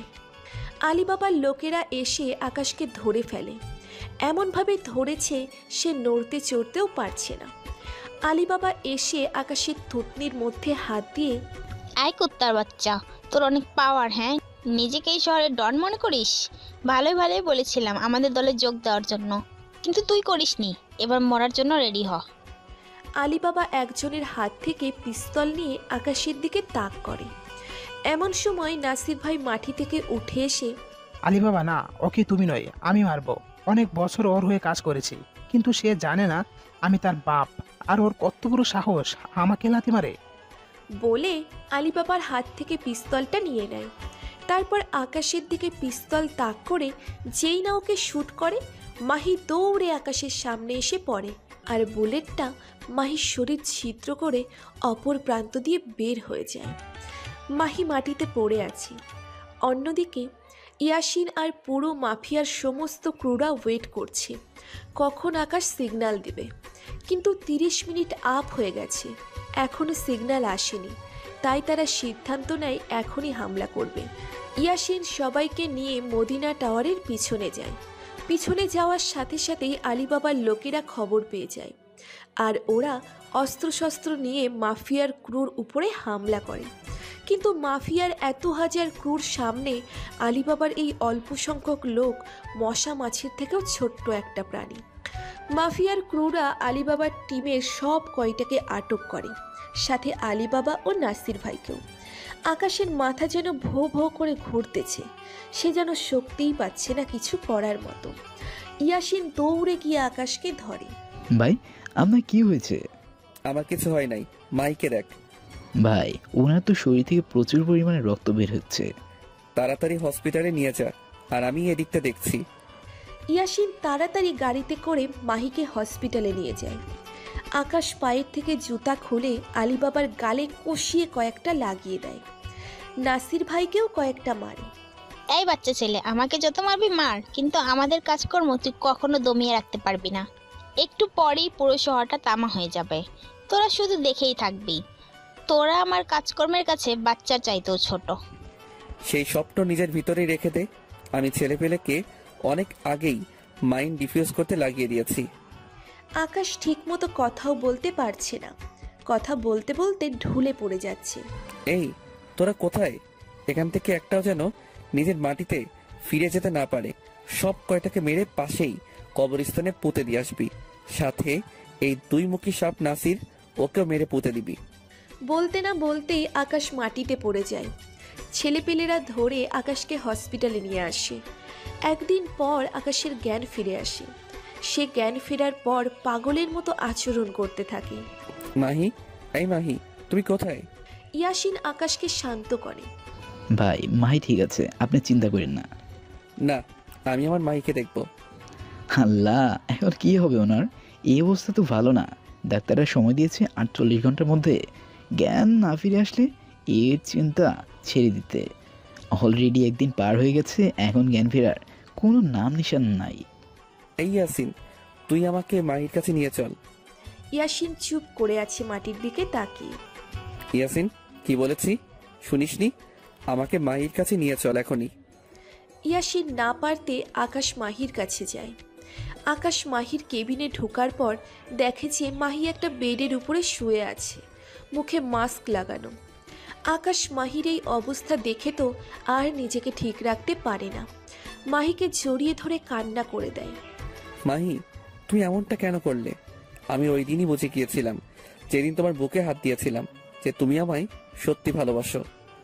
আর গতকাল কনফার্ম হয়ে গেছি, যখন তুমি আমাকে সেভ করার জন্য নিজের জানটা দিয়ে দিতে চাইলে। এমন সময় একটা নার্স আসে। এই এই, কি করছেন কি আপনি? এমন কান্নাকাটি করলে রোগীর ক্ষতি হবে। এমন কান্নাকাটি না করে ধৈর্য ধারণ করুন, দেখবেন সব ঠিক হয়ে যাবে। আকাশ কান্না থামিয়ে দেয় আর চুপচাপ করে মাহির সামনে বসে থাকে। ভাই, খাওয়ার সময় হয়ে এসেছে, কিছু খেয়ে নেন। না, আমি কিচ্ছু খাবো না।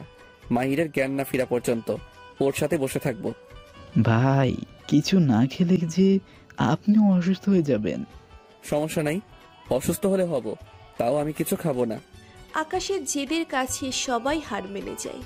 দুপুর পেরিয়ে বিকেল হয়ে যায়, মাহির জ্ঞান ফিরে আসে না। আকাশ তো একদম ভেঙে পড়েছে। হঠাৎ মাহির জ্ঞান ফিরে আসে। ইয়াসিন দৌড়ে গিয়ে ডক্টরকে ডেকে নিয়ে আসে। ডাক্তার এসে সমস্ত কিছু চেক আপ করে। না, সব ঠিক আছে, এখন আর কোনো বিপদের আশঙ্কা নেই। মাহির জ্ঞান ফিরতেই দেখতে পায় আকাশ তার পাশে বসে আছে। মাহি বেডে শুয়েই কান্না করে দেয়। সে কোন মুখ নিয়ে আকাশের সাথে কথা বলবে, সে কোন মুখ নিয়ে আকাশের সামনে যাবে। এই কলিজা, কান্না করছো কেন? হ্যাঁ, আমি জানি আমার কলিজাটা আমাকে সত্যি ভালোবাসে, আর আমিও আমার কলিজাটাকে সত্যি ভালোবাসি। বিশ্বাস করো, আমার মায়ের জন্য শুধুমাত্র এমনটা করেছি। আমার কাছে অত টাকা নেই যে আমার মায়ের চিকিৎসা করাবো, তাই বাধ্য হয়ে এই পথ বেছে নিয়েছি। মাহিকে জড়িয়ে ধরে, এই বাবু চুপ করো, যা হয়েছে হয়েছে, তোমার মায়ের চিকিৎসা আমি করাবো। মাহিকে কিছুদিন হসপিটালে রেখে আকাশ তারপর মাহিকে নিয়ে ওর বাড়িতে চলে যায়। বাড়ি বলতে আকাশের মায়ের কাছে, ওদের আসল ভিটেমাটি যেটা সেখানে। আকাশের মা তো মহা খুশি, একদিকে ছেলে এসেছে, অন্যদিকে ছেলে তার পছন্দের মানুষকে নিয়ে এসেছে। আকাশের মাও চাচ্ছিল আকাশের বিয়ে করিয়ে দিতে। যাক, এবার আমার ছেলের বিয়ে দিব আমি। আকাশের মার বেশ পছন্দ হয়েছে মাহিকে। বিয়ের সময় ঠিক হয়, তার আগে আকাশ মাহির আম্মুকে দেশে নিয়ে এসে ট্রিটমেন্ট করায়। মাহির আম্মুও সুস্থ হয়ে যায়। ধুমধাম করে আকাশ আর মাহির বিয়ে হয়। দুজনেই তো মহা খুশি, দুজনেই সংসার জীবন শুরু করে। মাহি এখনো আগের মতোই আছে, কলেজে গেলে গুন্ডামি মাস্তানি করে, তবে সেটা আকাশের জন্য। কোনো মেয়ে যদি আকাশের দিকে চোখ দেয় বা ওর সাথে কথা বলতে আসে, তাহলে মাহি তার 12টা 13টা 14টাও বাজিয়ে দেয়। আর আকাশ এখনো নিজের কাজকর্ম ইন্তজাম দিয়ে যাচ্ছে। আলী বাবার মৃত্যুর পর দেশে এখনো কেউ নজর দিতে 10 বার চিন্তা করে না, কারণ সবাই জেনে গেছে দেশের মধ্যে একটা বাঘ আছে, কুনজর দিলেই শরীর থেকে মস্তকটা আলাদা করে ফেলবে। 1 বছর পর আকাশ আর মাহির সংসার আলোকিত করে একটা ফুটফুটে রাজকন্যা হয়। আকাশ আর মাহি এখন খুব ব্যস্ত তাদের রাজকন্যাটাকে নিয়ে। এমন হাসি খুশি ভাবেই আর একটা ঘটনার সমাপ্তি ঘটল।